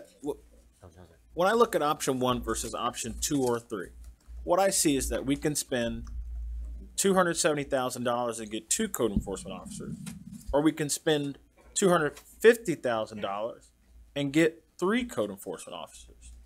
Why would we spend more money to get less officers when we can spend less money to get more officers? Well, the net general fund impact for a year is 170 for option 1, and it's 234 for option 2. Right, and so the reason why it's 234 for option 2 is because you make a one-time investment in purchasing 3 vehicles at a cost of $75,000. Now, Vice Mayor Maxwell has came up with a really wonderful proposal to put some folks out on some gas-powered golf carts, which I think would be interesting. But I'm interested in the recurring aspect of this. I think we need to separate out the non-recurring versus the recurring. We're not talking about a recurring cost of $75,000 a year for cars. We're talking about buying cars one time, right? And hiring people with the CDBG money. No? Okay, so frankly, I would wait why don't we just take the $75,000 and split them over the useful life of the car and look at the depreciation rather than looking at the $75,000 upfront cash cost? One reason why we can buy this cars at $25,000 a piece is that once the car is in possession of the city, there's another charge of $4,900 a year to have the car. It does not include the coverage for insurance, fuel, maintenance. That is the anticipated replacement of the car later. And that number is probably going to go up during your discussions for FY19 because that number has not changed since I've been here. And this will be my 9th budget discussion. We've already been talking with Public Services about what that number really ought to be. So that $4,900 is based on current budget. That may change between now and the FY19 budget. Okay. Commissioner Amoruso? I thought maybe we were getting closer to something, but I didn't vote for this originally. So I'd like to hear from our attorney or our city manager. Is this the only option because it's here tonight? Can we, in 12 days, get one of the original infrastructure, greenways, roadways back on the table by consensus, or how is that done? Madam Mayor, Please. just to clarify, we've been talking about this for several months. This is not the first time this has come back, and I heard some comments that this is a last minute. If you'll recall, we also had a big dust up with the county who was trying to change the formula, and they were trying to take away our ability to do a lot of things. So this is not waiting to the last minute. I don't want anybody to get the wrong impression that's hearing this debate.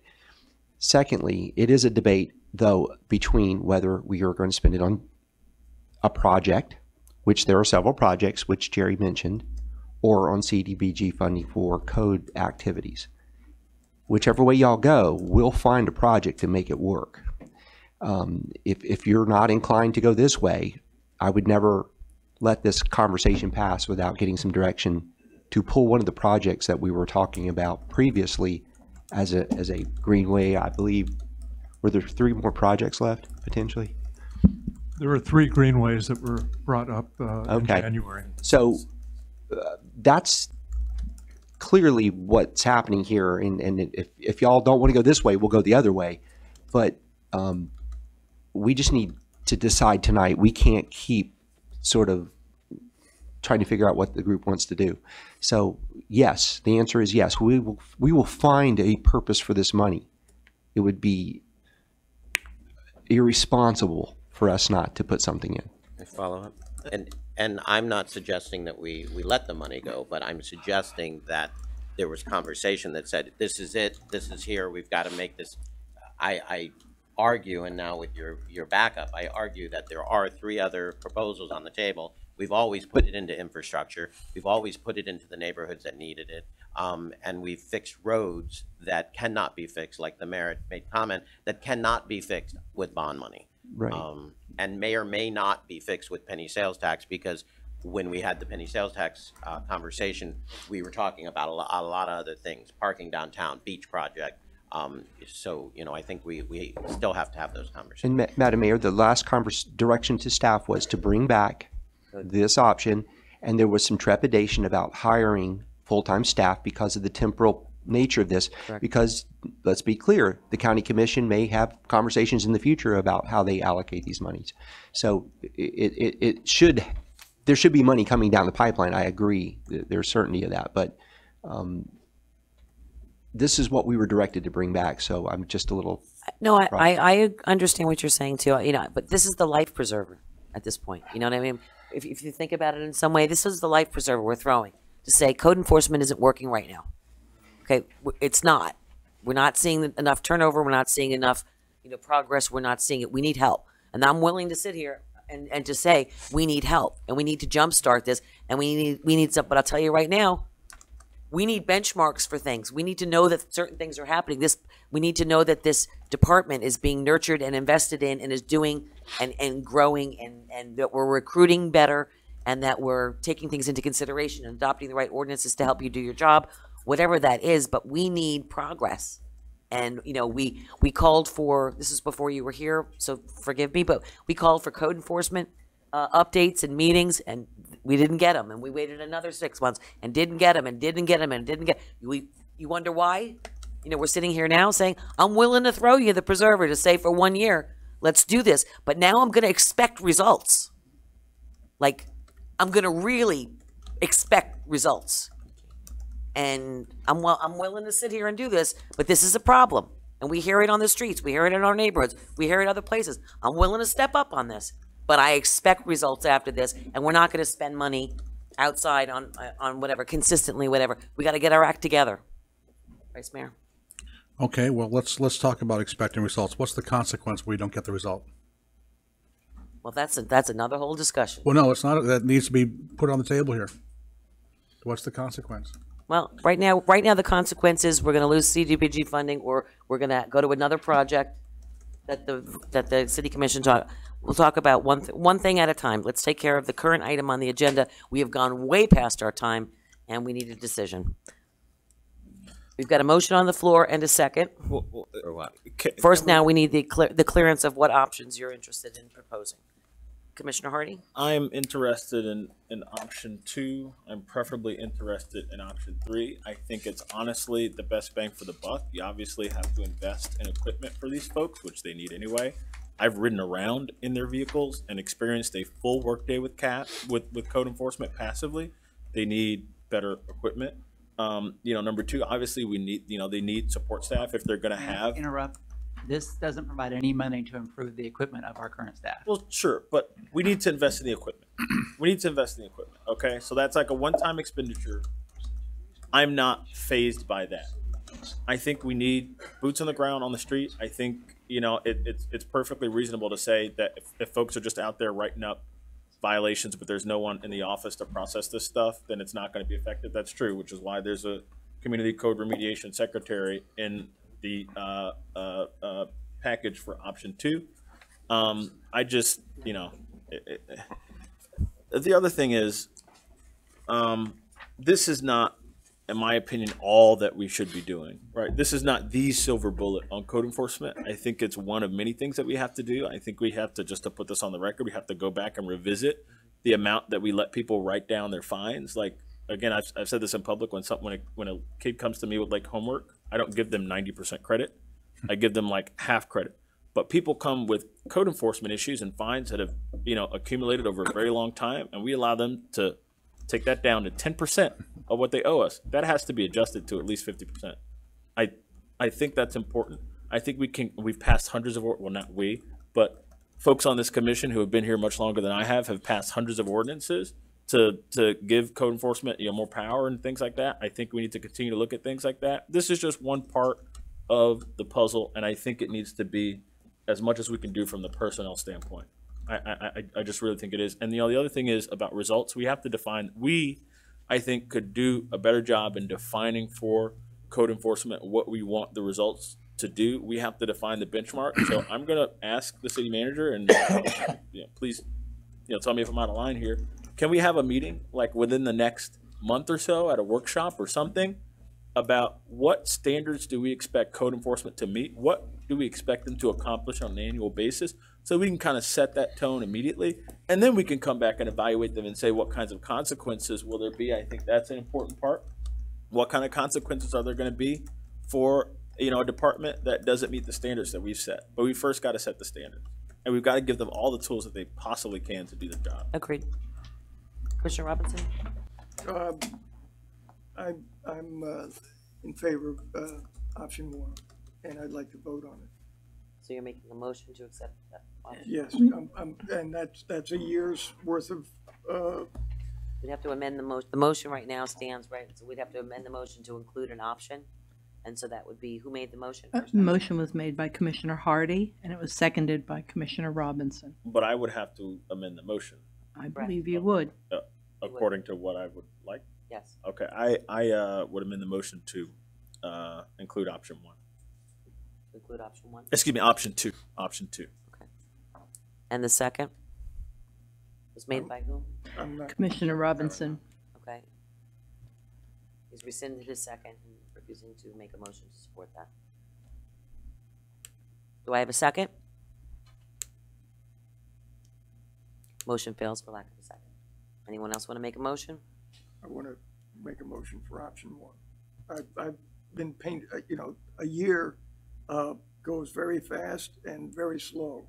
And I think in a year's time, we will have time for, I hope, a workshop, and I hope some direction from us to code and some changes in code that are going to be visible.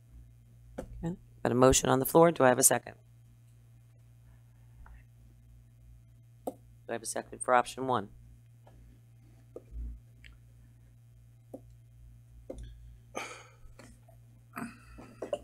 Lord have mercy. Don't give it to me. I second the motion. Okay, we have a motion on the floor for option 1 at $170,000 impact to the general fund. And we have a second. Is there any further discussion? I just don't see why we should pay more for fewer officers when we can pay less for more officers. We can literally pay $250,000 to get 3 officers, or pay $270,000 to get 2 who don't even work for us? Quite frankly, if we're going to go down this road and we're going to expend these CDBG funds, I would like staff to be able to come back and get us to a zero impact to the general fund. Can you do that? I mean, we are talking about a one-year plan. Commissioner Robinson's mentioned it. I think, Mayor, you've mentioned it.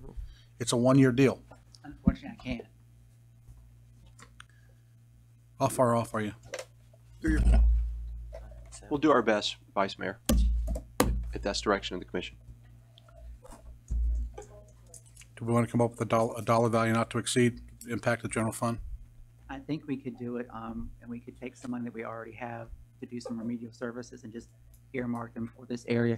We could have an impact of no more than $100,000 to the general fund.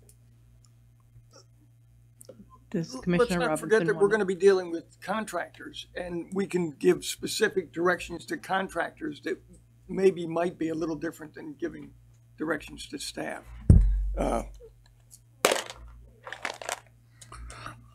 Okay, so maker of the motion, the second of the motion, you concur that staff is to come back and no more than $100,000 impact to the general fund? I would prefer staff to come back with a job well done. I don't know why we're putting these arbitrary limits on how much money, like we're trying to achieve an objective. And like we've missed the whole point of this thing was because people on the west side of Dixie Highway in particular have serious issues in their neighborhood. They have serious issues.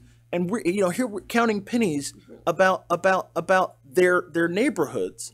And these issues have been kicked up for 20 years. So for once, like literally, there are code issues in this neighborhood that haven't been addressed in decades. So like for once, can we lavish this area with this on this particular issue? We've lavished them with infrastructure. We have lavished them with infrastructure. Can we be just as lavish with this particular issue with blight? May I? And Madam Mayor, go ahead. It's a problem. Madam Mayor, go ahead, please. Just the same way that Commissioner Hardy brought up last time with that we don't know the impact of the homestead exemption and whatever. I'm just watching the dollars here in regards to it, and I think that, first of all, I hope you see on staff. We just talked about bringing in 2 more restaffing 2 more seats, a number of officers. That's 2 officers, and then we're talking about 2 more officers. That's a total of 4 new officers that were not It there. will help you make a decision. We have proposed to create a new subdivision within the 2040 account, which will be called 2042. If you want to make a decision now, you can have another discussion during the FY19 budget cycle. The 2042 accounts will be there, and you can see the net impact on the general fund, and we can discuss where it may need to be cut or where it needs to be added to in order to arrive at a mutually acceptable compromise of impact on the general fund. So 2 officers are coming in now, and the option 1 calls. 2 officers will be coming in under CDBG. They're not available until January of 2019. We're coming to you with a budget amendment for this fiscal year in a month or so, or maybe less, to hire officers under a contract basis to do our use and occupancy inspections, which would free up time for our current officers to focus exclusively on code compliance. Okay. What I'm saying is that when this comes real numbers in a budget, you'll have another opportunity to talk about it in the summer, and we can show you what 2042 will look like, and then we can give you the net impact on the general fund. Okay. I want to throw one thing out there. First of all, Commissioner Hardy, I embrace and respect your passion for code enforcement and trying to do what you want to do on the west side. I remember a guy just like you so many years ago, and we're still chipping at it. It's been many, many years. And I want to remind everybody that code enforcement, there's no magic pill here. Florida statute 162 is, believe it or not, of all the statutes, is a really easy read. But it does lay it out there for you. And at the end of the day, I don't care how well trained our code enforcement officers are. I don't care how well dressed they are or what kind of a car or golf cart they're driving today. If the property owner does not want to comply with that property, there's not a doggone thing we can do. However, close. Well, that's true. That's another option, but that's not one we can talk about because we don't have the funds. However, I think that there's something we've only started to take a nibble at, and that is, what are the benchmark performance measures for code enforcement? Are we taking 162 and breaking it down into, job descriptions and making sure that every step of 162 is being followed to the letter? And I also like to know how many cases are being either rescheduled or thrown out because of procedural issues. I don't know that there exist, but these are the things that I'm asking myself. Okay, so just throwing it out there. We really need to have a better way of monitoring just how effective code enforcement is. I don't mean how many code violations they can write up. That's not really important. What's important is, are we writing up good cases and are we getting compliance? That's what we want. We don't want the folks' money. And I think that benefits everybody in the end, because I think that once the property owners realize that, you know what, no matter which code officer comes to visit them, they're going to have it down straight and they're not going to be able to wiggle out of it. So I guess with that, I think the direction is staff is going to bring us no more than $100,000 on option 1. We have a motion in a second. We have a motion made by Commissioner Robinson to vote for option 1. It was seconded by the mayor. That's on the floor, but we're still, the maker of the motion and the second of the motion is good with the $100,000 cap in the general fund. Is that correct? You're making the motion, no? Yeah, we made the motion already without it. Okay, so. Like I said, you could have this discussion again in the summer. Correct. And you would be able to directly in the budget see what the impacts were going to be. Exactly. Maybe by that point we can have less than 100. but Talk about this I all can't night. promise that right now. Okay. And we have. We should have been talking about it for a much longer time than all night. All righty. All those in favor of the motion signify by saying aye. Aye. Those opposed? Nay. Okay, motion passes 4-1. Take a break, guys. You'll have to wait, Mary. Anyway. Huh?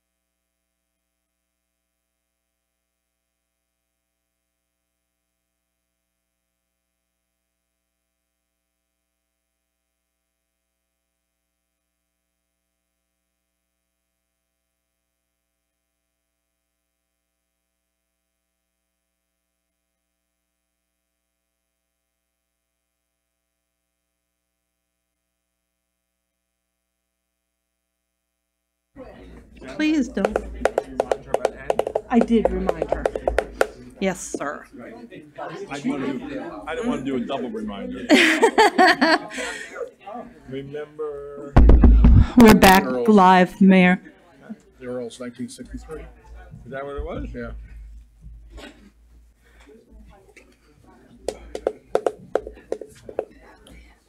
All right, everyone back up on the dais. We're moving. So moved. We're resuming this March 6th City Commission meeting. Please remember that, quiet in the chambers, please. Item 12B, remember we moved this from consent. It was the advisory boards. And it was moved by, I believe it was moved by Commissioner Amoroso. It was me. it was you. You did it. So would you like to lead us in the discussion? Okay, so it has come to my attention that we have multiple board members on or being appointed to the Finance Board and the Oversight Board. Now, when we had original discussions on the Oversight Board, we wanted it to be very transparent, and we had conversation about it being two separate sets of people. Now you have a chair. If this is voted on tonight and goes through, you will have a chair and a vice chair on both boards being the same two people. Now, I wanted the attorney's input because I know I haven't attended those meetings, but from what I understand, the attorney shared his concerns about a chair and a vice chair being the same in both board meetings.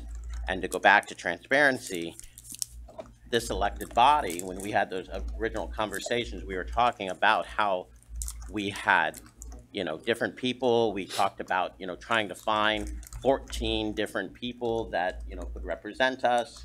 Could we do it?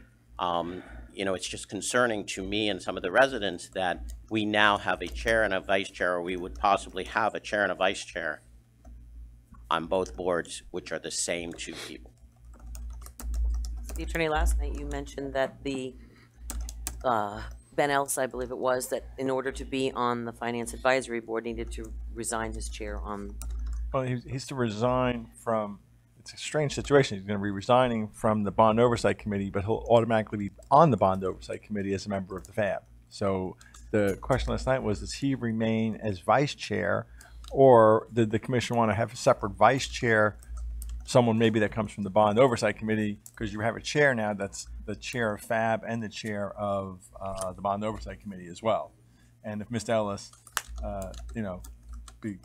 he'll remain the vice chair. He'll be the vice chair of the Bond Oversight Committee coming from the FAB. So that's really your policy decision. Do you want the same, as Commissioner Amoroso said, the same person having that same role on both boards? Because you already have Mr. Guercio being the chair of the Bond Oversight and the chair of FAB, and I think Ms. Ellis would then be the vice chair of the Bond Oversight and the FAB as well. And a quick follow-up. Is it tradition, I guess the reason the chair got nominated was because of his board nominated him, but can it something that comes from this board? Can we pick the chair, or does the chair have to be, I'm trying to make it as transparent as possible and clear for both of those boards because they cross over. Right. The resolution that created each of those boards have them selecting their own. However, for example, in picking Mr. Ellis tonight, you could say, if you want to say this, we pick him to be on the FAB with the stipulation that he resign as vice chair, and that he not be the vice chair, and let the Bond Oversight Committee pick their own vice chair next meeting. I think April is actually the FAB's election of officers, and Bond Oversight could do that as well. Sorry. Commissioner Maxwell was first. Okay, all right. I just want to be clear. Like, how can it be the case if he's resigned from the Bond Oversight Committee that he would immediately be the chair of both? If he's resigned, then the vice chairmanship would be vacant. And if that's your policy direction, that's, if he gets what comes first, the chicken or the egg. If he gets appointed to the FAB tonight, right, does he resign from the Bond Oversight Committee 1 minute after he's appointed? I don't think he's resigned yet. So Oh, he has not resigned. not resigned yet. So, you know, as far as I know, unless he resigned sometime between 7 p.m. last night and now, I think his being appointed to the FAB, again, he automatically creates a vacancy in the Bond Oversight Committee. But whether he can stay as vice chair or not, to me, that's your policy decision to make. Sure. It's interesting to me that some of the things that have happened. It just seems to me that the Oversight Committee, when they were constituted, should have voted amongst themselves for a chair, not amongst the 14 total, because they're two separate entities. I don't know how the heck we got in this place to begin with. Okay. Number two, you know, I don't know if the resign to run law applies here, but I think some variation of that, or the spirit, if you will, of the resign to run law applies here. And certainly you cannot give up, I cannot give up my position on this board, whatever my title is. I can't give up the seat and take the title with me to another board. That doesn't make any sense. You give up your seat, you give up the title. And I think that that needs to be clearly spelled out. So, you know, I'm curious of staff. This has been my big issue all along, because I've had Mr. Curcio talk to me about this in the past, and I told him that it was in the hands of the attorneys, that there needed to be, you know, that we should have vetted this out before it got onto the agenda. Well, with all due respect, Mr. Garcia doesn't like believing in what attorneys say. He has his own legal opinion as to how the world should work. But let me assure you that, given the choice, I like Mr. Garcia, but Point of order, city attorney. I understand. I'm just saying, you know, I don't know how this ever made the agenda. I mean, I respect Mr. Ellis immensely. I'm sure he'll do a fantastic job, but you know, how do we get to this point where we have to have this open conversation about something that is as common sense as you have to give up your seat, which you're going to have to give up your title if you want to move to this other board? Well, how do we get to this place? That's my question. I have another history-related question, I guess. Did I just hear that the FAB chose the chair for the Bond Oversight Committee? No, what happened was the FAB, and when the Bond Oversight Committee first convened, you had the FAB members there, and 7 FAB members there, and you had 7 Bond Oversight Committee members there. A motion was made to have Mr. Garcia become chair of the Bond Oversight Committee. A motion was also made for another person to become the chair, and there was a vote. And Mr. Garcia got one more vote than the other person did to be chair of now the combined Bond Oversight Committee. I don't remember how many people from the FAB voted for him, how many voted for the Bond Oversight Committee, but overall, the majority, you know, he won that vote by 1 vote. And then they had an election for vice chair, and Mr. Ellis won that election, I think, by 2 votes. Okay. So we're having this conversation as if it is assumed that if Mr. Ellis is appointed to the Financial Advisory Board, that he would be the vice chair of that board. But that's not necessarily true. They would Well, that's Mr. Garcia's assumption.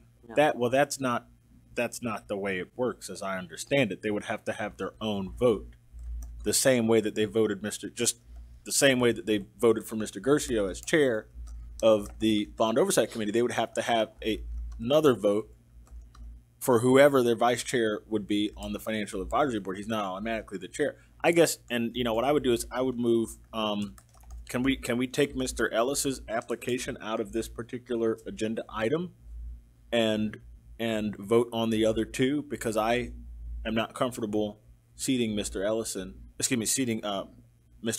I have a coworker named Mr. Ellison. Seating Mr. Ellis to the FAB until I have his resignation letter in hand for the Bond Oversight Committee. And Mr. As Ellis much as I respect Mr. And Ellis. if that's the case, Mr. Ellis would continue to serve on Bond Oversight. He's not, you know, still be the vice chair of Bond Oversight. Right. If that's what you want to do, sure. The resignation hasn't happened.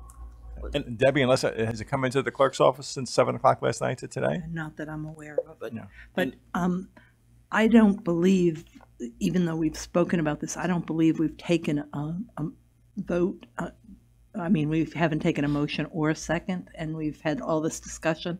I really believe that we need to, at this point, someone needs to make a motion of what they want to do, and someone needs to second it, please. Move to remove Mr. Ellis's application from this agenda item. That's a motion. And I would, I guess, then like to make after that's discussed and voted on, I would like to make another motion to accept the 2 other applicants that we have in this agenda item. Can I make that first motion to remove him You from can this? make a motion to approve the ratification of 2 of the nominees. Exactly. Okay. Less Mr. Ellis. Until his resignation. I move to approve Miss Mary Lindsay's appointment to the library board, and I, as well as Mark Zaffron's. Mark, I'm sorry. Zaffron's appointment to the construction board minus Mr. Ellis's appointment to the financial advisory board. We don't want to have any. You have a second? I need a second. Second. Second. Okay. Commissioner Robinson? We don't want to have any discussion about Mary's appointment to the library. I think we should. Could we talk for a Is she while? here? I mean, all she put down here was, why do you desire to serve on this board? To be helpful. No, it was duh. Was it spelled properly? That's critical. And she only listed as officer of the NAPC. You know, She didn't put her background? I just want to recognize that Mary is, I just want to recognize that Mary Lindsay's, Can you actually move your microphone by your mouth? Thank you. Are you kidding me? is a dynamo that has served the city in a lot of different capacities, and I really appreciate her stepping up for the library. Second. Commissioner Amoroso?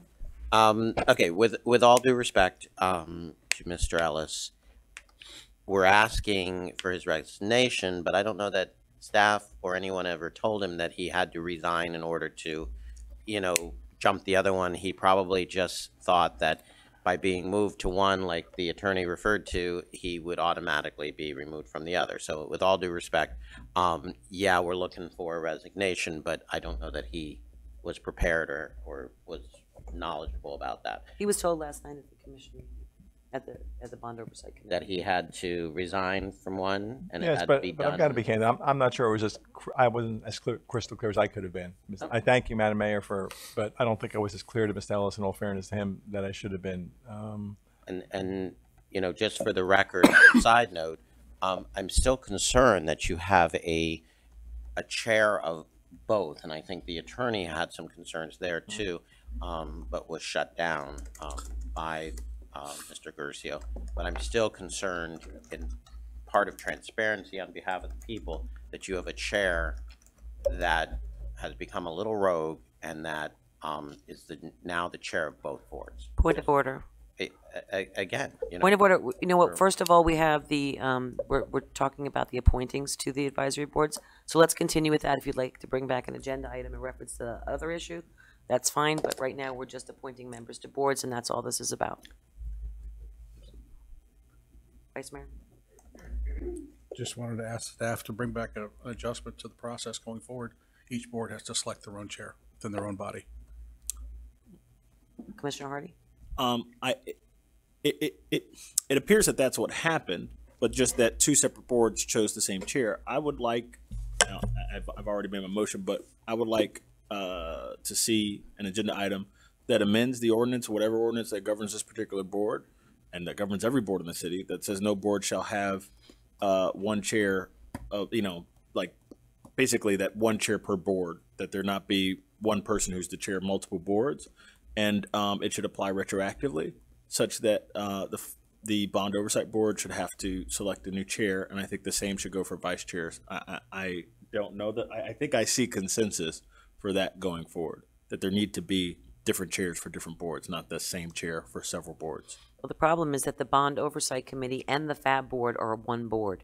The Bond Oversight consists of FAB with it. So when they got a vote for it, legally, the way that board is organized, the FAB and the Bond Oversight are one board. That's the way it reads. but- So you'd have to literally go back and change the wording of the board.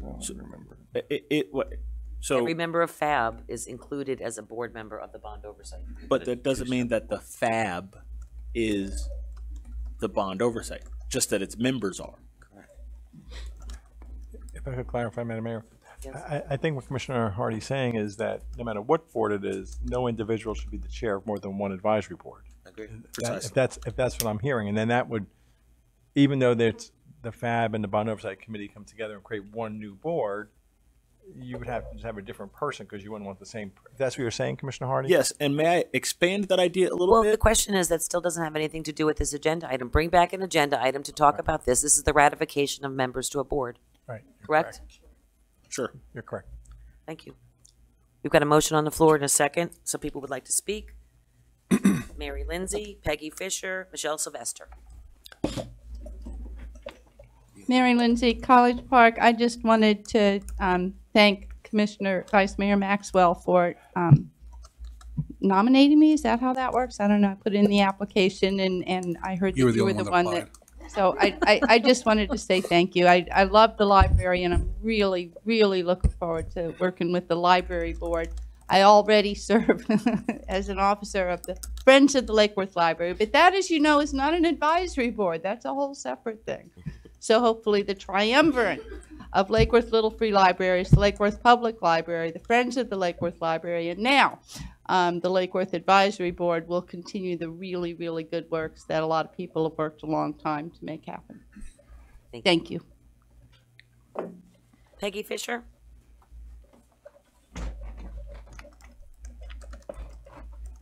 Peggy Fisher, 508 North A Street. I commend you for appointing Mary Lindsay or approving Mary Lindsay as a member of the library board. Regarding the application in question of a member going from one board to another board, I support the idea that you need to resign from one board to go to another board. I think at one point we did have people on multiple boards. And I also support having a conversation as proposed by Commissioner Hardy to clean up some of this, because in sitting here, I heard some discussion about the FAB board wanting to input themselves into another board, Electric Utility Advisory Board in the city, and I think that creates even more problems. And I just ask that all of you rein in this monster. Thank you.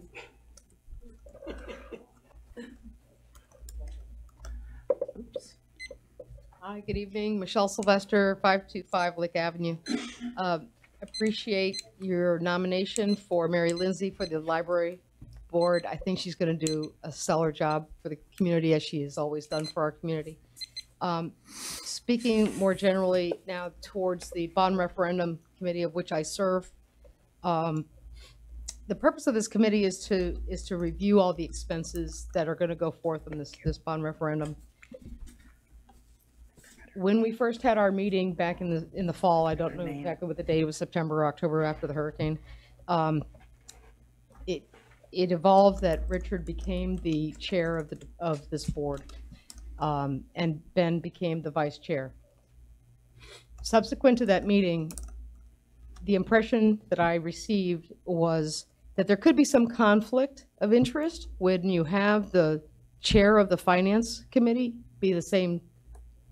hold the same position now over another advisory committee. And now that I've learned yet another committee, the utility board committee, might also feel that sting, it doesn't show a lot of transparency to your constituents, because there could be some murkiness as to who's really controlling what. And after last night's meeting, when it became apparent that Mr. Ellis was going to be nominated to switch over to, or to join the finance committee, the question did arise, should he carry the vice chair position over to that other seat? And because this is an unusual committee, you have 7 of the 7 members representing the finance committee and 7 members the advisory committee. It almost seems like there should be one position for each of those constituencies. I like what Commissioner Hardy mentioned about eliminating that opportunity for one person to be chair of numerous committees. That makes a lot of sense. And I would encourage you to write into the ordinance or into whatever we need to eliminate that possibility, not only from this advisory committee, but from all of them. Because you don't want to commit to having a kingdom and having a king that's running rampant through the streets and out of your purview. Thank you. We've got a motion on the floor. And a second. All those in favor state so by saying aye. Aye. All those opposed. Motion carries unanimously. Congratulations. Mr. Robinson? It just, while we're, I know it's over. A little off track, but I am asking that we do not cancel the Recreation Leisure Services Board meeting on the 21st of March before we have the meeting. I know of I have 7 people that are interested in serving on that board, and if we don't have a meeting, then they don't show up. So I think we should have at least one, maybe final meeting of the Recreation Leisure Services on the 21st of March. Okay, thank you. All right, Lake Worth Electric Utility, hello there. Good evening, Ed Liberty with the Electric Utility. Give a quick update. First of all, I want to put a plug in, no pun intended, for electric golf carts, not gas powered. Thank you. I was going to say that before too. And by the way, we did take delivery this past week of our first all-electric vehicle for the Electric Utility. We have a Chevy Bolt, has about a 200-mile range, so you'll see members of the Electric Utility using that vehicle around town. And we're going to plug it in at City Hall? It's going to get plugged in at 1900 or over at the power plant where the folks are that would be using it. Charging stations. People are requesting charging stations everywhere. You're leading the witness, ma'am. But yes, we do have a team right now that's looking at options. I'm sorry, your time is done. Oops. But yes, we do have a team leading an effort right now to evaluate what types of charging stations might be practical for us and what locations. And when we have some ideas, we'll be working through the respective groups in town to come up with locations and then bring that forward. Excellent. So that effort is underway. Okay. Further updates on where we've been since we last talked. GT2 has been repaired. It returned to service in January, and it was a successful part of our island operation that took part this weekend. The unit has gone back to, or has exceeded its original nameplate. So it's back to where it was in the 70s when we first bought it and put it in service. So we've restored a substantial amount of capacity to the system. Glad to say that unit ran extremely well, exceedingly well through the weekend. A few minor issues that were not to be unexpected, but they were resolved quickly, and there was no glitch at all. I assume that most residents probably didn't even know that we were cut loose from the grid for the weekend while we did this work, and there was no incident. In order to do that work, we had to get GT2 repaired so we can then do the island op. And because of the failure of GT2, it pushed the schedule for other, what we call island operations, which is when we isolate ourselves from FPL and carry ourselves on our own plant. We had to move other island ops further towards the April, May, June timeframe. In order to avoid that, we then sought an approval through the city manager on an emergency basis, and we're going to talk more about that in a few minutes and go into more detail. That is tied to what we need to do tonight. Part of that plan was to be able to open this switch in the main yard at the power plant. It's this 138,000 volt, we call it a 138 kV switch or disconnect, that needed to be opened. That switch did not open, unfortunately. It was scheduled to be open this morning, and we were unable to get it open this morning. So different opinion than may have been represented earlier. We did not know in advance that switch would not open. Staff last recalls that switch being opened about 15 years ago. It appears to be welded shut because of misuse over many, or lack of use over many, many years, and cannot be opened. And we actually have video of 2 men pushing on the actuator, trying to get it open this morning. They came to me around 11 o'clock and said, "We've got a problem. We can't get this switch open. We have to take the city down tonight." And the suggestion was made to do it at 2 o'clock. I subsequently approved, and the decision was made to go ahead and do that. Press release, was a claim made, not factual, that there was no press release. There was, in fact, a press release that went out at 12:49. I have it on my phone, so that did go out, and people were made aware. So people are aware of it.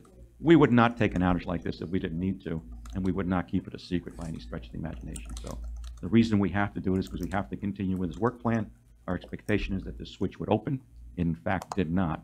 And now we're going to have to open it up tonight or cut it out of service and proceed without it.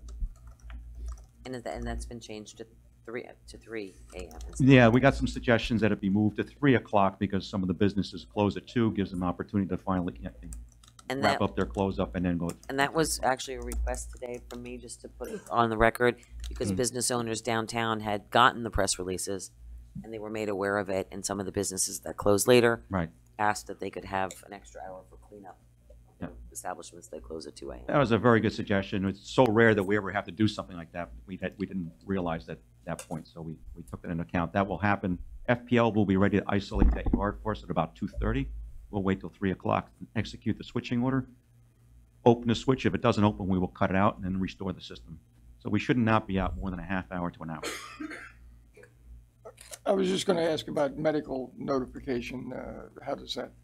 We did work with customer service to get notifications out to the medical facilities as well. And to the large key customers, for example, a water plant, or folks like that. And homeowner medical appliances or whatever. Oxygen systems and things like Right, that. that would go out through our notification process. It would. And we didn't get any response, I mean. I'm not aware of any, but there may have been through customer service, but I'm not aware of any. We've done this before on an emergency basis. We had to take the whole system down, and about 5 or 6 months ago, we had Mylar balloons in the tie line that we had to take the system down to clear the balloons. So we've had to do this before. At some point in the future, we'll have a second tie line, which will negate the need to do something like this so drastic. But that's what we're dealing with right now. In terms of the rest of the work that we're doing, when we continue to manage expenses to make up for the money that we've had to spend on these emergency repairs to GT2. We continue to improve performance around the system. We are in development of a scorecard. We're I'd say about 75% complete on our scorecard for measuring and monitoring performance and benchmarking ourselves. So all of these things are underway. We've made great progress on the streetlight fleet and continue to monitor our rate of restoration of streetlights once they're reported. Parts that we needed have now come in, so we're tracking our performance weekly, and I get a report no less than every other week on where we are. So things are moving along in that regard. Okay, thank you. Walt, in a few minutes, will get into more detail on the emergency expenditure and why we needed to do that. Okay. Well, we've got a motion now. I need a motion for the consent agenda. So moved. Moved by Commissioner Hardy, second. Second. Seconded by Commissioner Amoroso. All those in favor state so by saying aye. Aye. Aye. All those opposed? Motion carries unanimously. Remember, folks, that item 4, which was under consent, was moved to new business 2. So we'll move on to new business 1, which is participation in the Florida Municipal Power Agency Solar Energy Project. Thank you. We do have 2 guests in the audience tonight. I'll recognize them. Jacob Williams and Dan Barnard, the CEO and Associate General Counsel from FMPA, are in the audience tonight. Welcome. If I get stumped on a question, I may use my lifeline. Okay. This project was developed under the leadership of FMPA on behalf of its members. We've discussed this at a high level. We'll provide a little bit more detail tonight, recognizing that there are some things that I can't disclose because they have been deemed to be a trade secret by the developer/seller of the project.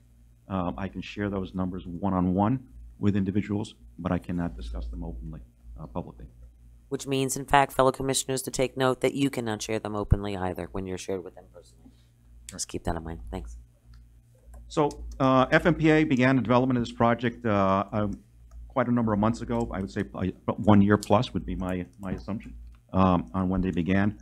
It was a public effort to get developers to pose to build a project. And through that solicitation process, NextEra, which is an affiliate of Florida Power and Light on what we call the non-regulated side, was the successful developer and is not quite yet in contract, but the agreements are substantially complete and approaching the finish line. So the seller, meaning the developer of the project, will be NextEra Florida Renewables LLC. The buyers, there will be multiple buyers, and I'll get into a project layout in the next screen, will be the All Requirements project of FMPA, the FMPA Solar project, which is to be formed at the March FMPA board meeting, and Orlando Utilities Commission. OUC is probably the single largest buyer of energy from this project. The project is actually composed of 3 different project sites, each one with about 74.5 megawatts of energy on an AC basis. Most solar projects are described in DC. This is described in AC, which is even better. And they range between, in total, 149 to 224 megawatts, depending on whether they build 2 projects or 3 projects. And that's driven by the ultimate commitment to participation by members. And I'll break that down for you in the next slide. The contract price and term, I can tell you that it is less than $40 a megawatt hour, which, to put that in context, is 4 cents per kilowatt hour. So we know that we residential customers generally pay around 12 plus cents per kilowatt hour. This is about 4 cents per kilowatt hour to buy this power at the project site, and then we would have to have it delivered here through the transmission systems, and I'll talk a little bit about that as well. The term is 20 years, starting June of 2020. So in June of 2020, the project would go online, begin producing energy. We have expressed an interest previously in 10 megawatts of output from this project, which can easily fit into our supply portfolio and not upset any of our existing contracts for energy that we have today. There is an option at the end of the 20th year to extend for another 5, and then as you near the 25th year, to extend for another 5 after that. We're not committing to that at this point. We don't need to. What we are asking for is a commitment to lock in the first 20 years. A unique feature of this project is that there is 0 price escalation, meaning there is no fuel risk, no O&M risk, no inflationary risk. The price is the price, flat, for every kilowatt hour from this project for 20 years. Different than other projects we participated in with FMPA, we are not an owner of the project. However, when we buy electricity from the project, we will own what's called a renewable energy credit, meaning every unit of electricity that comes from that unit also comes with a certificate, a born-on certificate, if you will, that says that is a renewable energy component. We get those as well. So not only do we buy the energy, but we also get the right to say we bought green energy. In today's market, that's not worth a lot because we are not in what's referred to as a compliance market in the state of Florida. But it certainly gives us bragging rights, and over the 20 years that we'll be buying power from this project, if you approve us going forward, it may be worth something in the future. So it's an important thing to be able to have. Also important to note is that the seller, in this case NextEra, guarantees that they will meet certain project milestones along the way to getting the project approved for interconnection into the high voltage transmission system, that it will meet project milestones, and then that the energy that it produces will fall within certain ranges which are guaranteed in the contract. So if those guarantees are not met, it would place the seller into an event of default so that we would have remedies against the seller through the FMPA project that we would join. So our proposal is to join the FMPA solar project as a project participant. What would FMPA provide for us in this effort? FMPA would provide what I would refer to as administrative services on behalf of the members of the project, much as they do on the Stanton project that we're a member of, the St. Lucie project. We're not a part of the ARP, so it's not an ARP type of expense, but they would have certain A&G expenses, which, by the way, have also will also be capped. There will be a cap to prevent A&G expenses from becoming exorbitant. The documents, the paperwork that goes along with this project have been reviewed with the UAB. We've had, I believe, no less than 5 meetings to go over the details, have a lot of very good, very valuable input.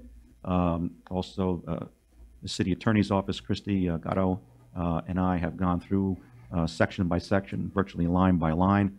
Have found FMPA to be very accommodating and making changes that we were requesting, has actually brought forward some things which would be even more beneficial for us than we originally contemplated, and we'll talk to that in this next slide. This next slide gives you an overview of the project structure. So beginning at the top, you have the solar project developer, which in this case is NextEra. And then NextEra would enter into 3 separate contracts, all virtually identical other than the names of the participants. One contract with OUC, one contract with the FMPA All Requirements Project, and one contract with the FMPA Solar Project.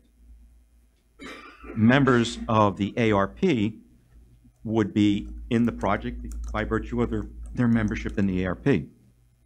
OUC would have its own agreement, and then the solar project, which will be formed and we would then become a member of, will have its own power purchase agreement. So the solar project, ARP, and OUC will all be in privity of contract with their own contracts with the solar project developer.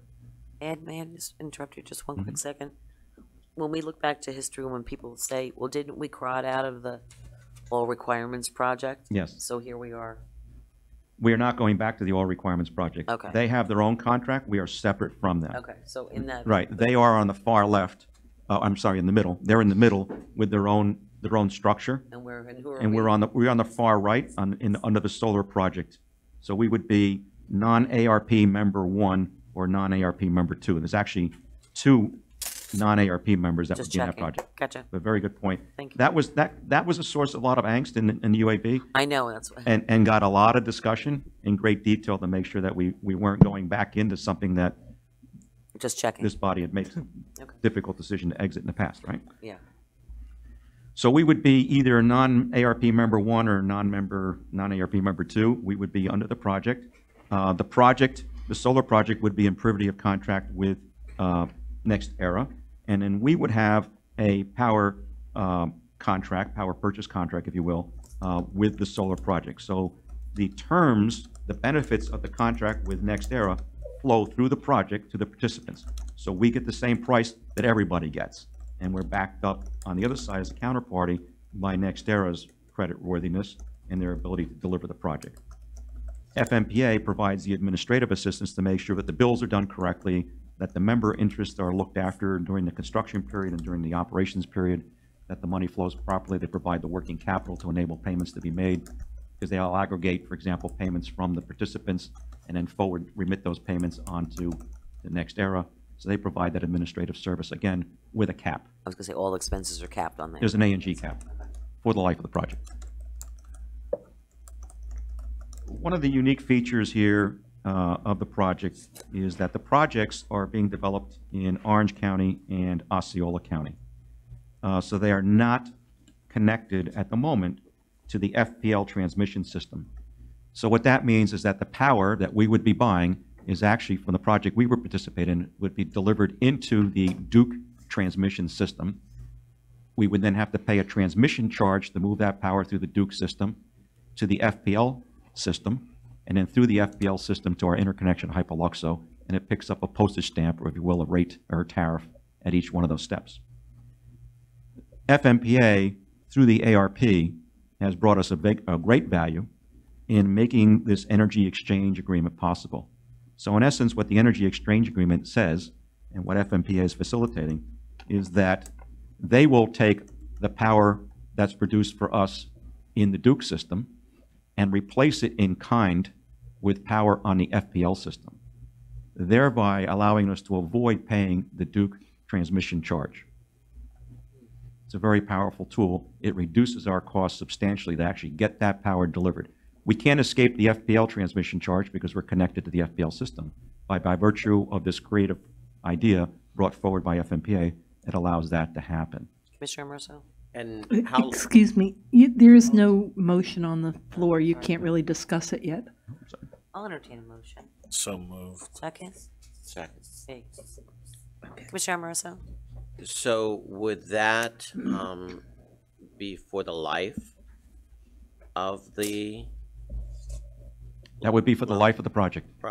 Okay. We could terminate if we wanted to. For example, if we determined at some point that we did not need it. So a good example of that would be, it is possible that at some point in the future, FPL will have the ability to connect directly to the project. There is an FPL line actually on that project site. And FMPA and FPL are currently looking at what that cost of interconnection would be. There are two members that would benefit from that, us and Homestead. So we're on the east side, if you will, and we would benefit from having a direct interconnection. The way to solve that financially right now is to do it through the exchange agreement. But if it's free and then it may be a cost FP&L, why would we switch over? What would be the benefit? We'd have to take a look at how those costs of that improvement would be allocated amongst all of the ratepayers of FPL's transmission system. So they might not necessarily be directly payable by us. We might have to front the money and then have it come back to us in a credit over time. So that's to be looked at in the future. But what I wanted to do was to make sure that we could get into the project without having to pay for that. So at the moment, we don't have to incur the cost for the upgrades. And we have a way to get the power to us through this exchange agreement facilitated by FMPA. My understanding is that what FMPA is doing for us is making the Duke part of that transmission free, but the FPL part we would still have to pay for? Correct. We still have to pay to move power to the FPL system. Okay, and what is the cost, I guess, first of all, in what terms is that cost expressed? I mean, is it expressed like per kilowatt hour?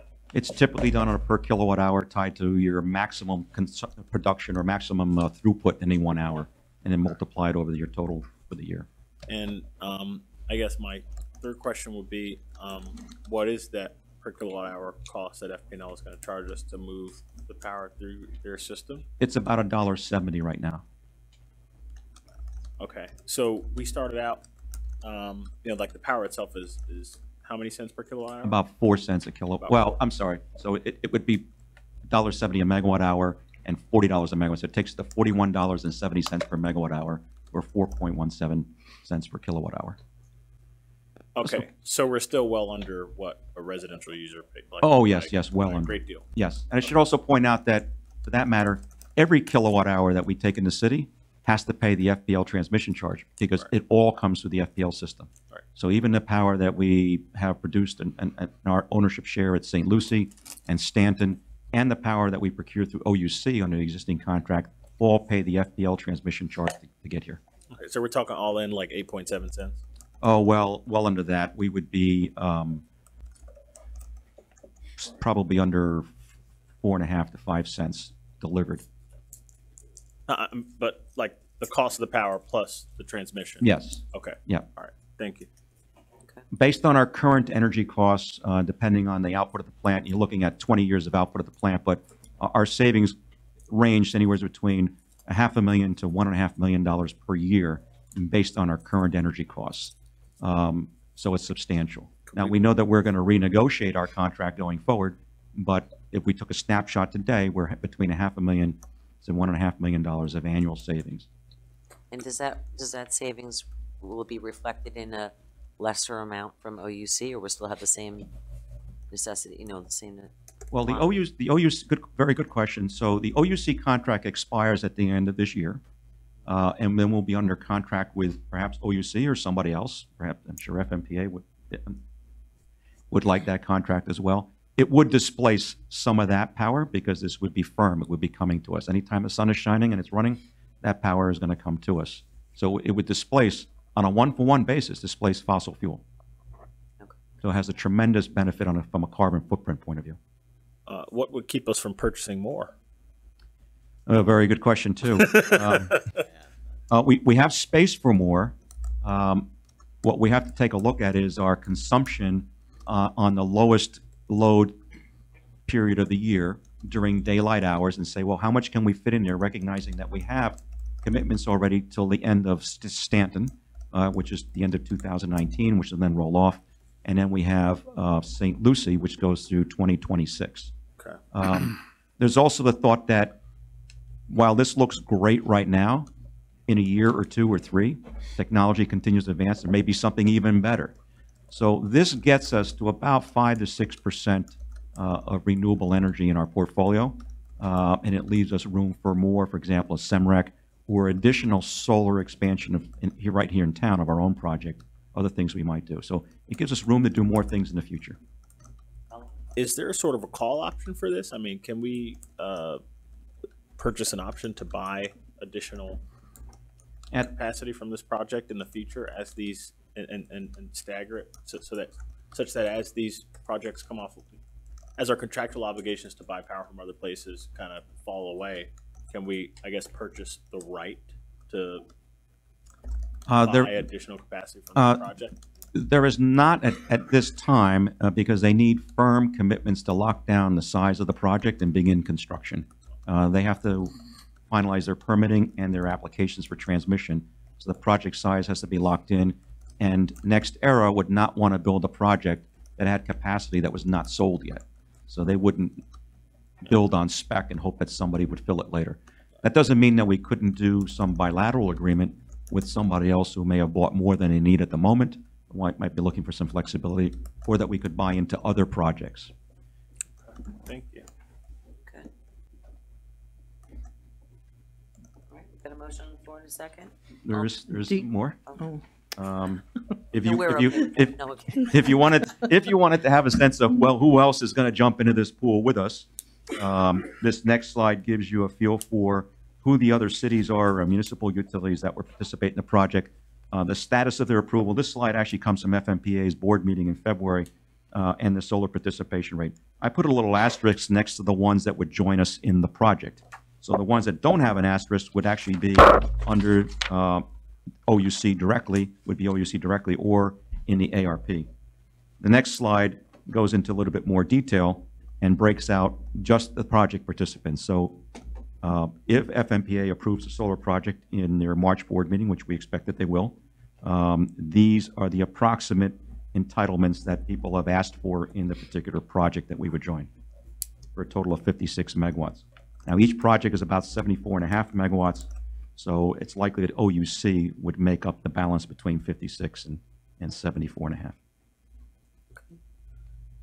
The percentages are important because that speaks to the percentage of the A&G that we pick up as a fee. It also speaks to the percentage of the output of the unit that we get, the rights that we have, things like that.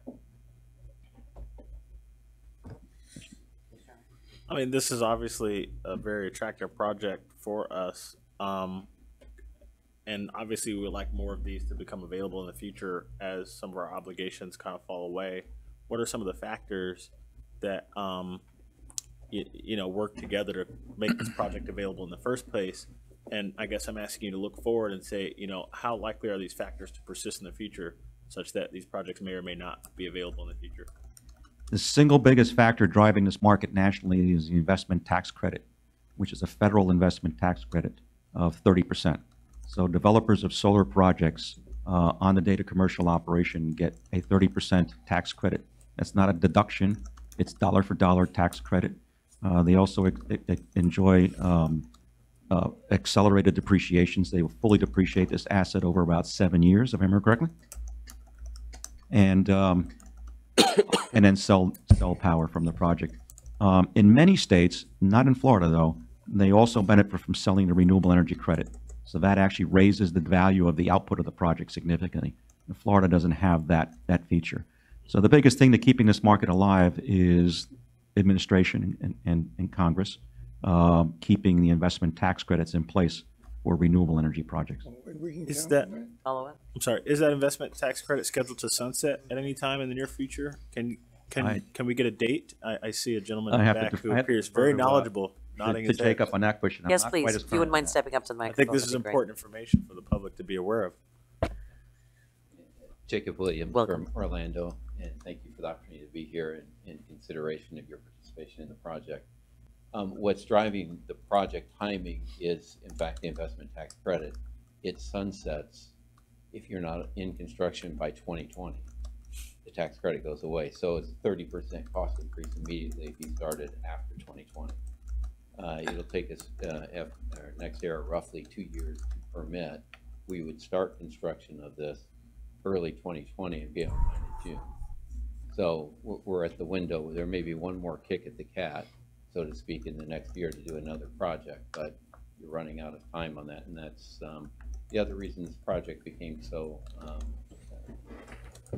much interest around the state is we originally assumed about a $55 megawatt hour cost. That's what we told everyone to do their economics. When it came in under 40, a number of cities said, oh, well, if it's that low, maybe I'll consider. And that's what drove us to the 3 project site, or the 225 megawatts. Is what's driving that. But we all know we have to get done. The other thing that happened, recently the Trump administration put a tariff on solar panels coming in. So there was a little tick up in terms of cost because of that. How little? It was, I believe it ended up being $2 a megawatt hour versus on a basis of, something south of 40. So it wasn't a big increase. That ain't small either. It's 5%, but it was something that they came through, and there was a cap on these kind of cost increases that could come through the negotiation that we had, and it maxed out that cap. Sorry. Go ahead, follow Westfall. If I could just ask, has this this has been scheduled to sunset in the past and it's been extended? Has it, or no? No, it had been extended, but I believe it was 2 years ago. They put it on a 5-year plan, and just like the wind is sunsetting as we speak.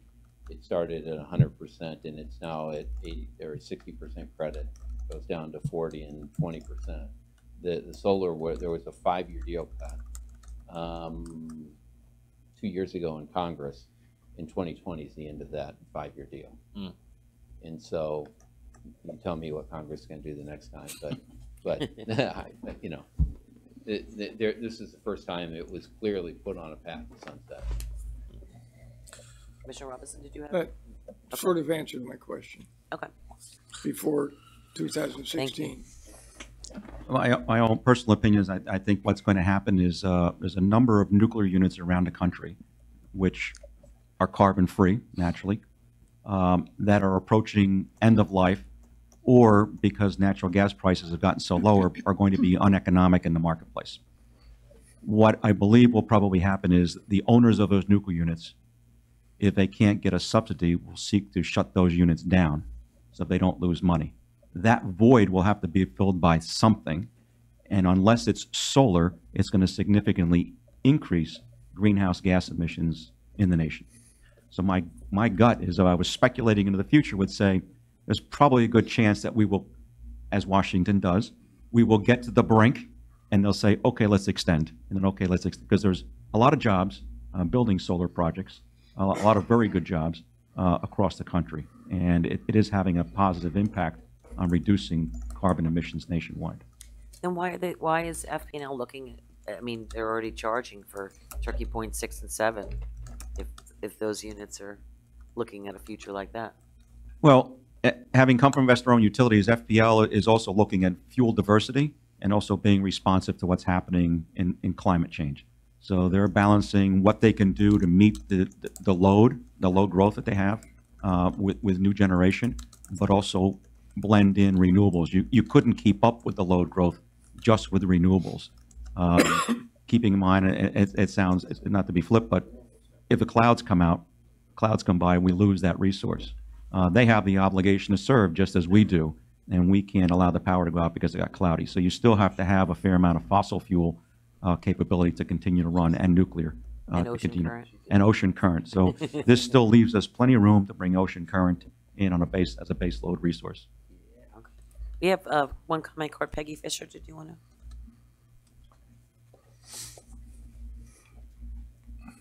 In the last two slides, the last slide gives you the schedule that FMPA is on to approve the project and create the entity. So where we are with council is we are going through the final read-throughs, working with FMPA's council to understand better how things will work and ask for the changes that we want. To date, they've been very accommodating, and the contracts are, I would say, 99.9% to where we need them to be. There's nothing in there right now that we view necessarily as a walk away from, but there are some things that we're looking to tweak to protect ourselves. Okay. Peggy Fisher, 508 North A Street, and a member of the Electric Utility Advisory Board. We have discussed this, as Mr. Liberty said, at many occasions. We received the most recent set of documents, members of the UAB board did, on Friday afternoon, March 2nd. And I'm going to read, because my phone was about to die, our chair's, Lisa Maxwell's comment that was sent to staff so that you all will know what she said. Please be sure Commission understands that UAB has not reviewed the documents, meaning the documents we received on Friday. And then she clarified it further, saying we have not had a chance to review at our meeting. So she felt it was important that you all know exactly what level of review the UAB board has provided on the documents, the latest documents that exist for this contract. I'll respond to that and say that flatly the UAB has reviewed probably 3 or 4 different versions, and these have been a maturation of the document. It's not an entirely new document. The changes are minor. City Attorney's Office did review a number of items with Chair Maxwell in the last couple of days, and we're headed in the right direction. The documents are substantially complete. The changes are minor. And as we get the latest update from FMPA, we provide that updated document to the UAB. The documents are voluminous, and we go through them in detail. So there are changes in there, but they're not substantive and they're not necessarily material. Thank you. All right, we've got a motion on the floor and a second. All those in favor state so by saying aye. Aye. Aye. All those opposed? Motion carries unanimously. All right, remember we moved, let's see. Item We moved 4. Item 4, the ratification of emergency purchase from Service Electric Company, to item 2 under new business. It was moved by Vice Mayor Pro Tem Amoroso. Yes. Okay. And I'd just like Ed to speak anytime it's $1 million line item. I'd like to maybe hear from staff and hear why there's an emergency. I know that there's been conversation going on through the URAP board, you know, from November 2017, March 2017. So I just would like to know, you know, what the current emergency is and, you know, why we're looking at $1 million. Sure. A number of years ago, the city had purchased the switches to undertake this large improvement project in the transmission system, and we've gotten to the point now where we're able to focus and get that done. These projects were planned. A number of outages or island operations were planned to go through the winter, and they relied on our generation fleet being available.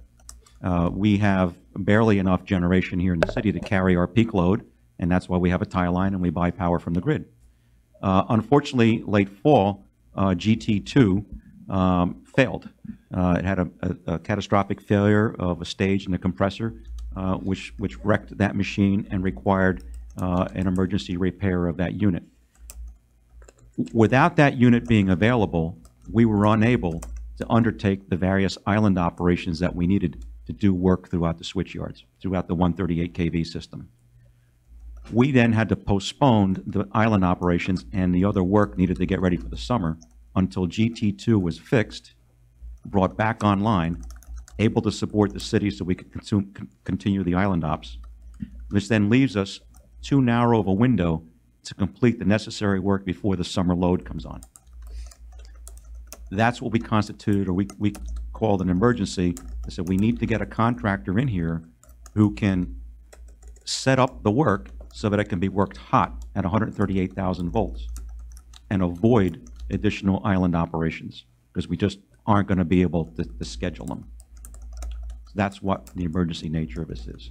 The emergency of GT2 compressed the entire schedule, requiring us to seek a contractor who could do this work hot without island operations. The advantage of that is, of course, that we save fuel by not having to conduct an island operation. While our units are there for a very good purpose as a backup, they are very expensive to run. So when we run our units, we are paying much more for electricity that we're producing ourselves than we can buy on the grid. So we want to be able to reduce the number of island operations. So by identifying this contractor who does this work nationally and does it hot, we were able to reduce the number of island operations and save some fuel dollars as well. And our in-house staff, our workers don't do that kind of work? No, not in the order of magnitude and the schedule that we needed to do it in. These folks that are doing this work are experts at doing this, and they travel the country doing this type of work. And what kind of turnaround are we looking at? I'll look to Walt on this. The contract is scheduled for a turnaround. It's a 90-day contract. So it will be definitely done before the summer. Yes, sir. So the manpower requirements are well in excess of what we have in-house, and I could argue that we've been, kicking this can down the road to some extent for a number of years, and it's time to get it done and remove these potential contingencies from the system ahead of the summer. That's one of the main themes I've been driving in the utility, is to fix it now, fix it right. Let's be ready. Let's not postpone. And just in the future, I'd like to see, I think we had some conversation earlier, City Manager, about a threshold about what goes on the consent agenda at what number. I just think $1 million needs a little conversation for the public. Yeah, was this vetted through EUAB? UAB was aware that we needed to do this. Albeit, I think we discussed it with them because of the nature of the emergency. They weren't aware of it until after the city manager had approved it, if I remember correctly. But they're aware of the work that we needed to do and why we were compressing the schedule that way. That was discussed. I just want to make sure that we don't go backward in time in regards to vetting things through EUAB and giving them sufficient time to do things. Peggy Fisher, you're okay. Okay. All right, we've got a motion on the floor in a second. All those in favor state so by saying aye. Aye. Aye. All those opposed? Motion carries unanimously. Moving on. The city attorney, do you have a report? No, Madam Mayor. City manager? No, ma'am. I'll entertain a motion to adjourn. So moved. Moved by Commissioner Hardy, seconded by Commissioner Amoroso. All those in favor state so by saying aye. Aye. Good night, everyone. Thank you for coming. Thank you for listening. Thank you for watching. Shirt matches your jacket there.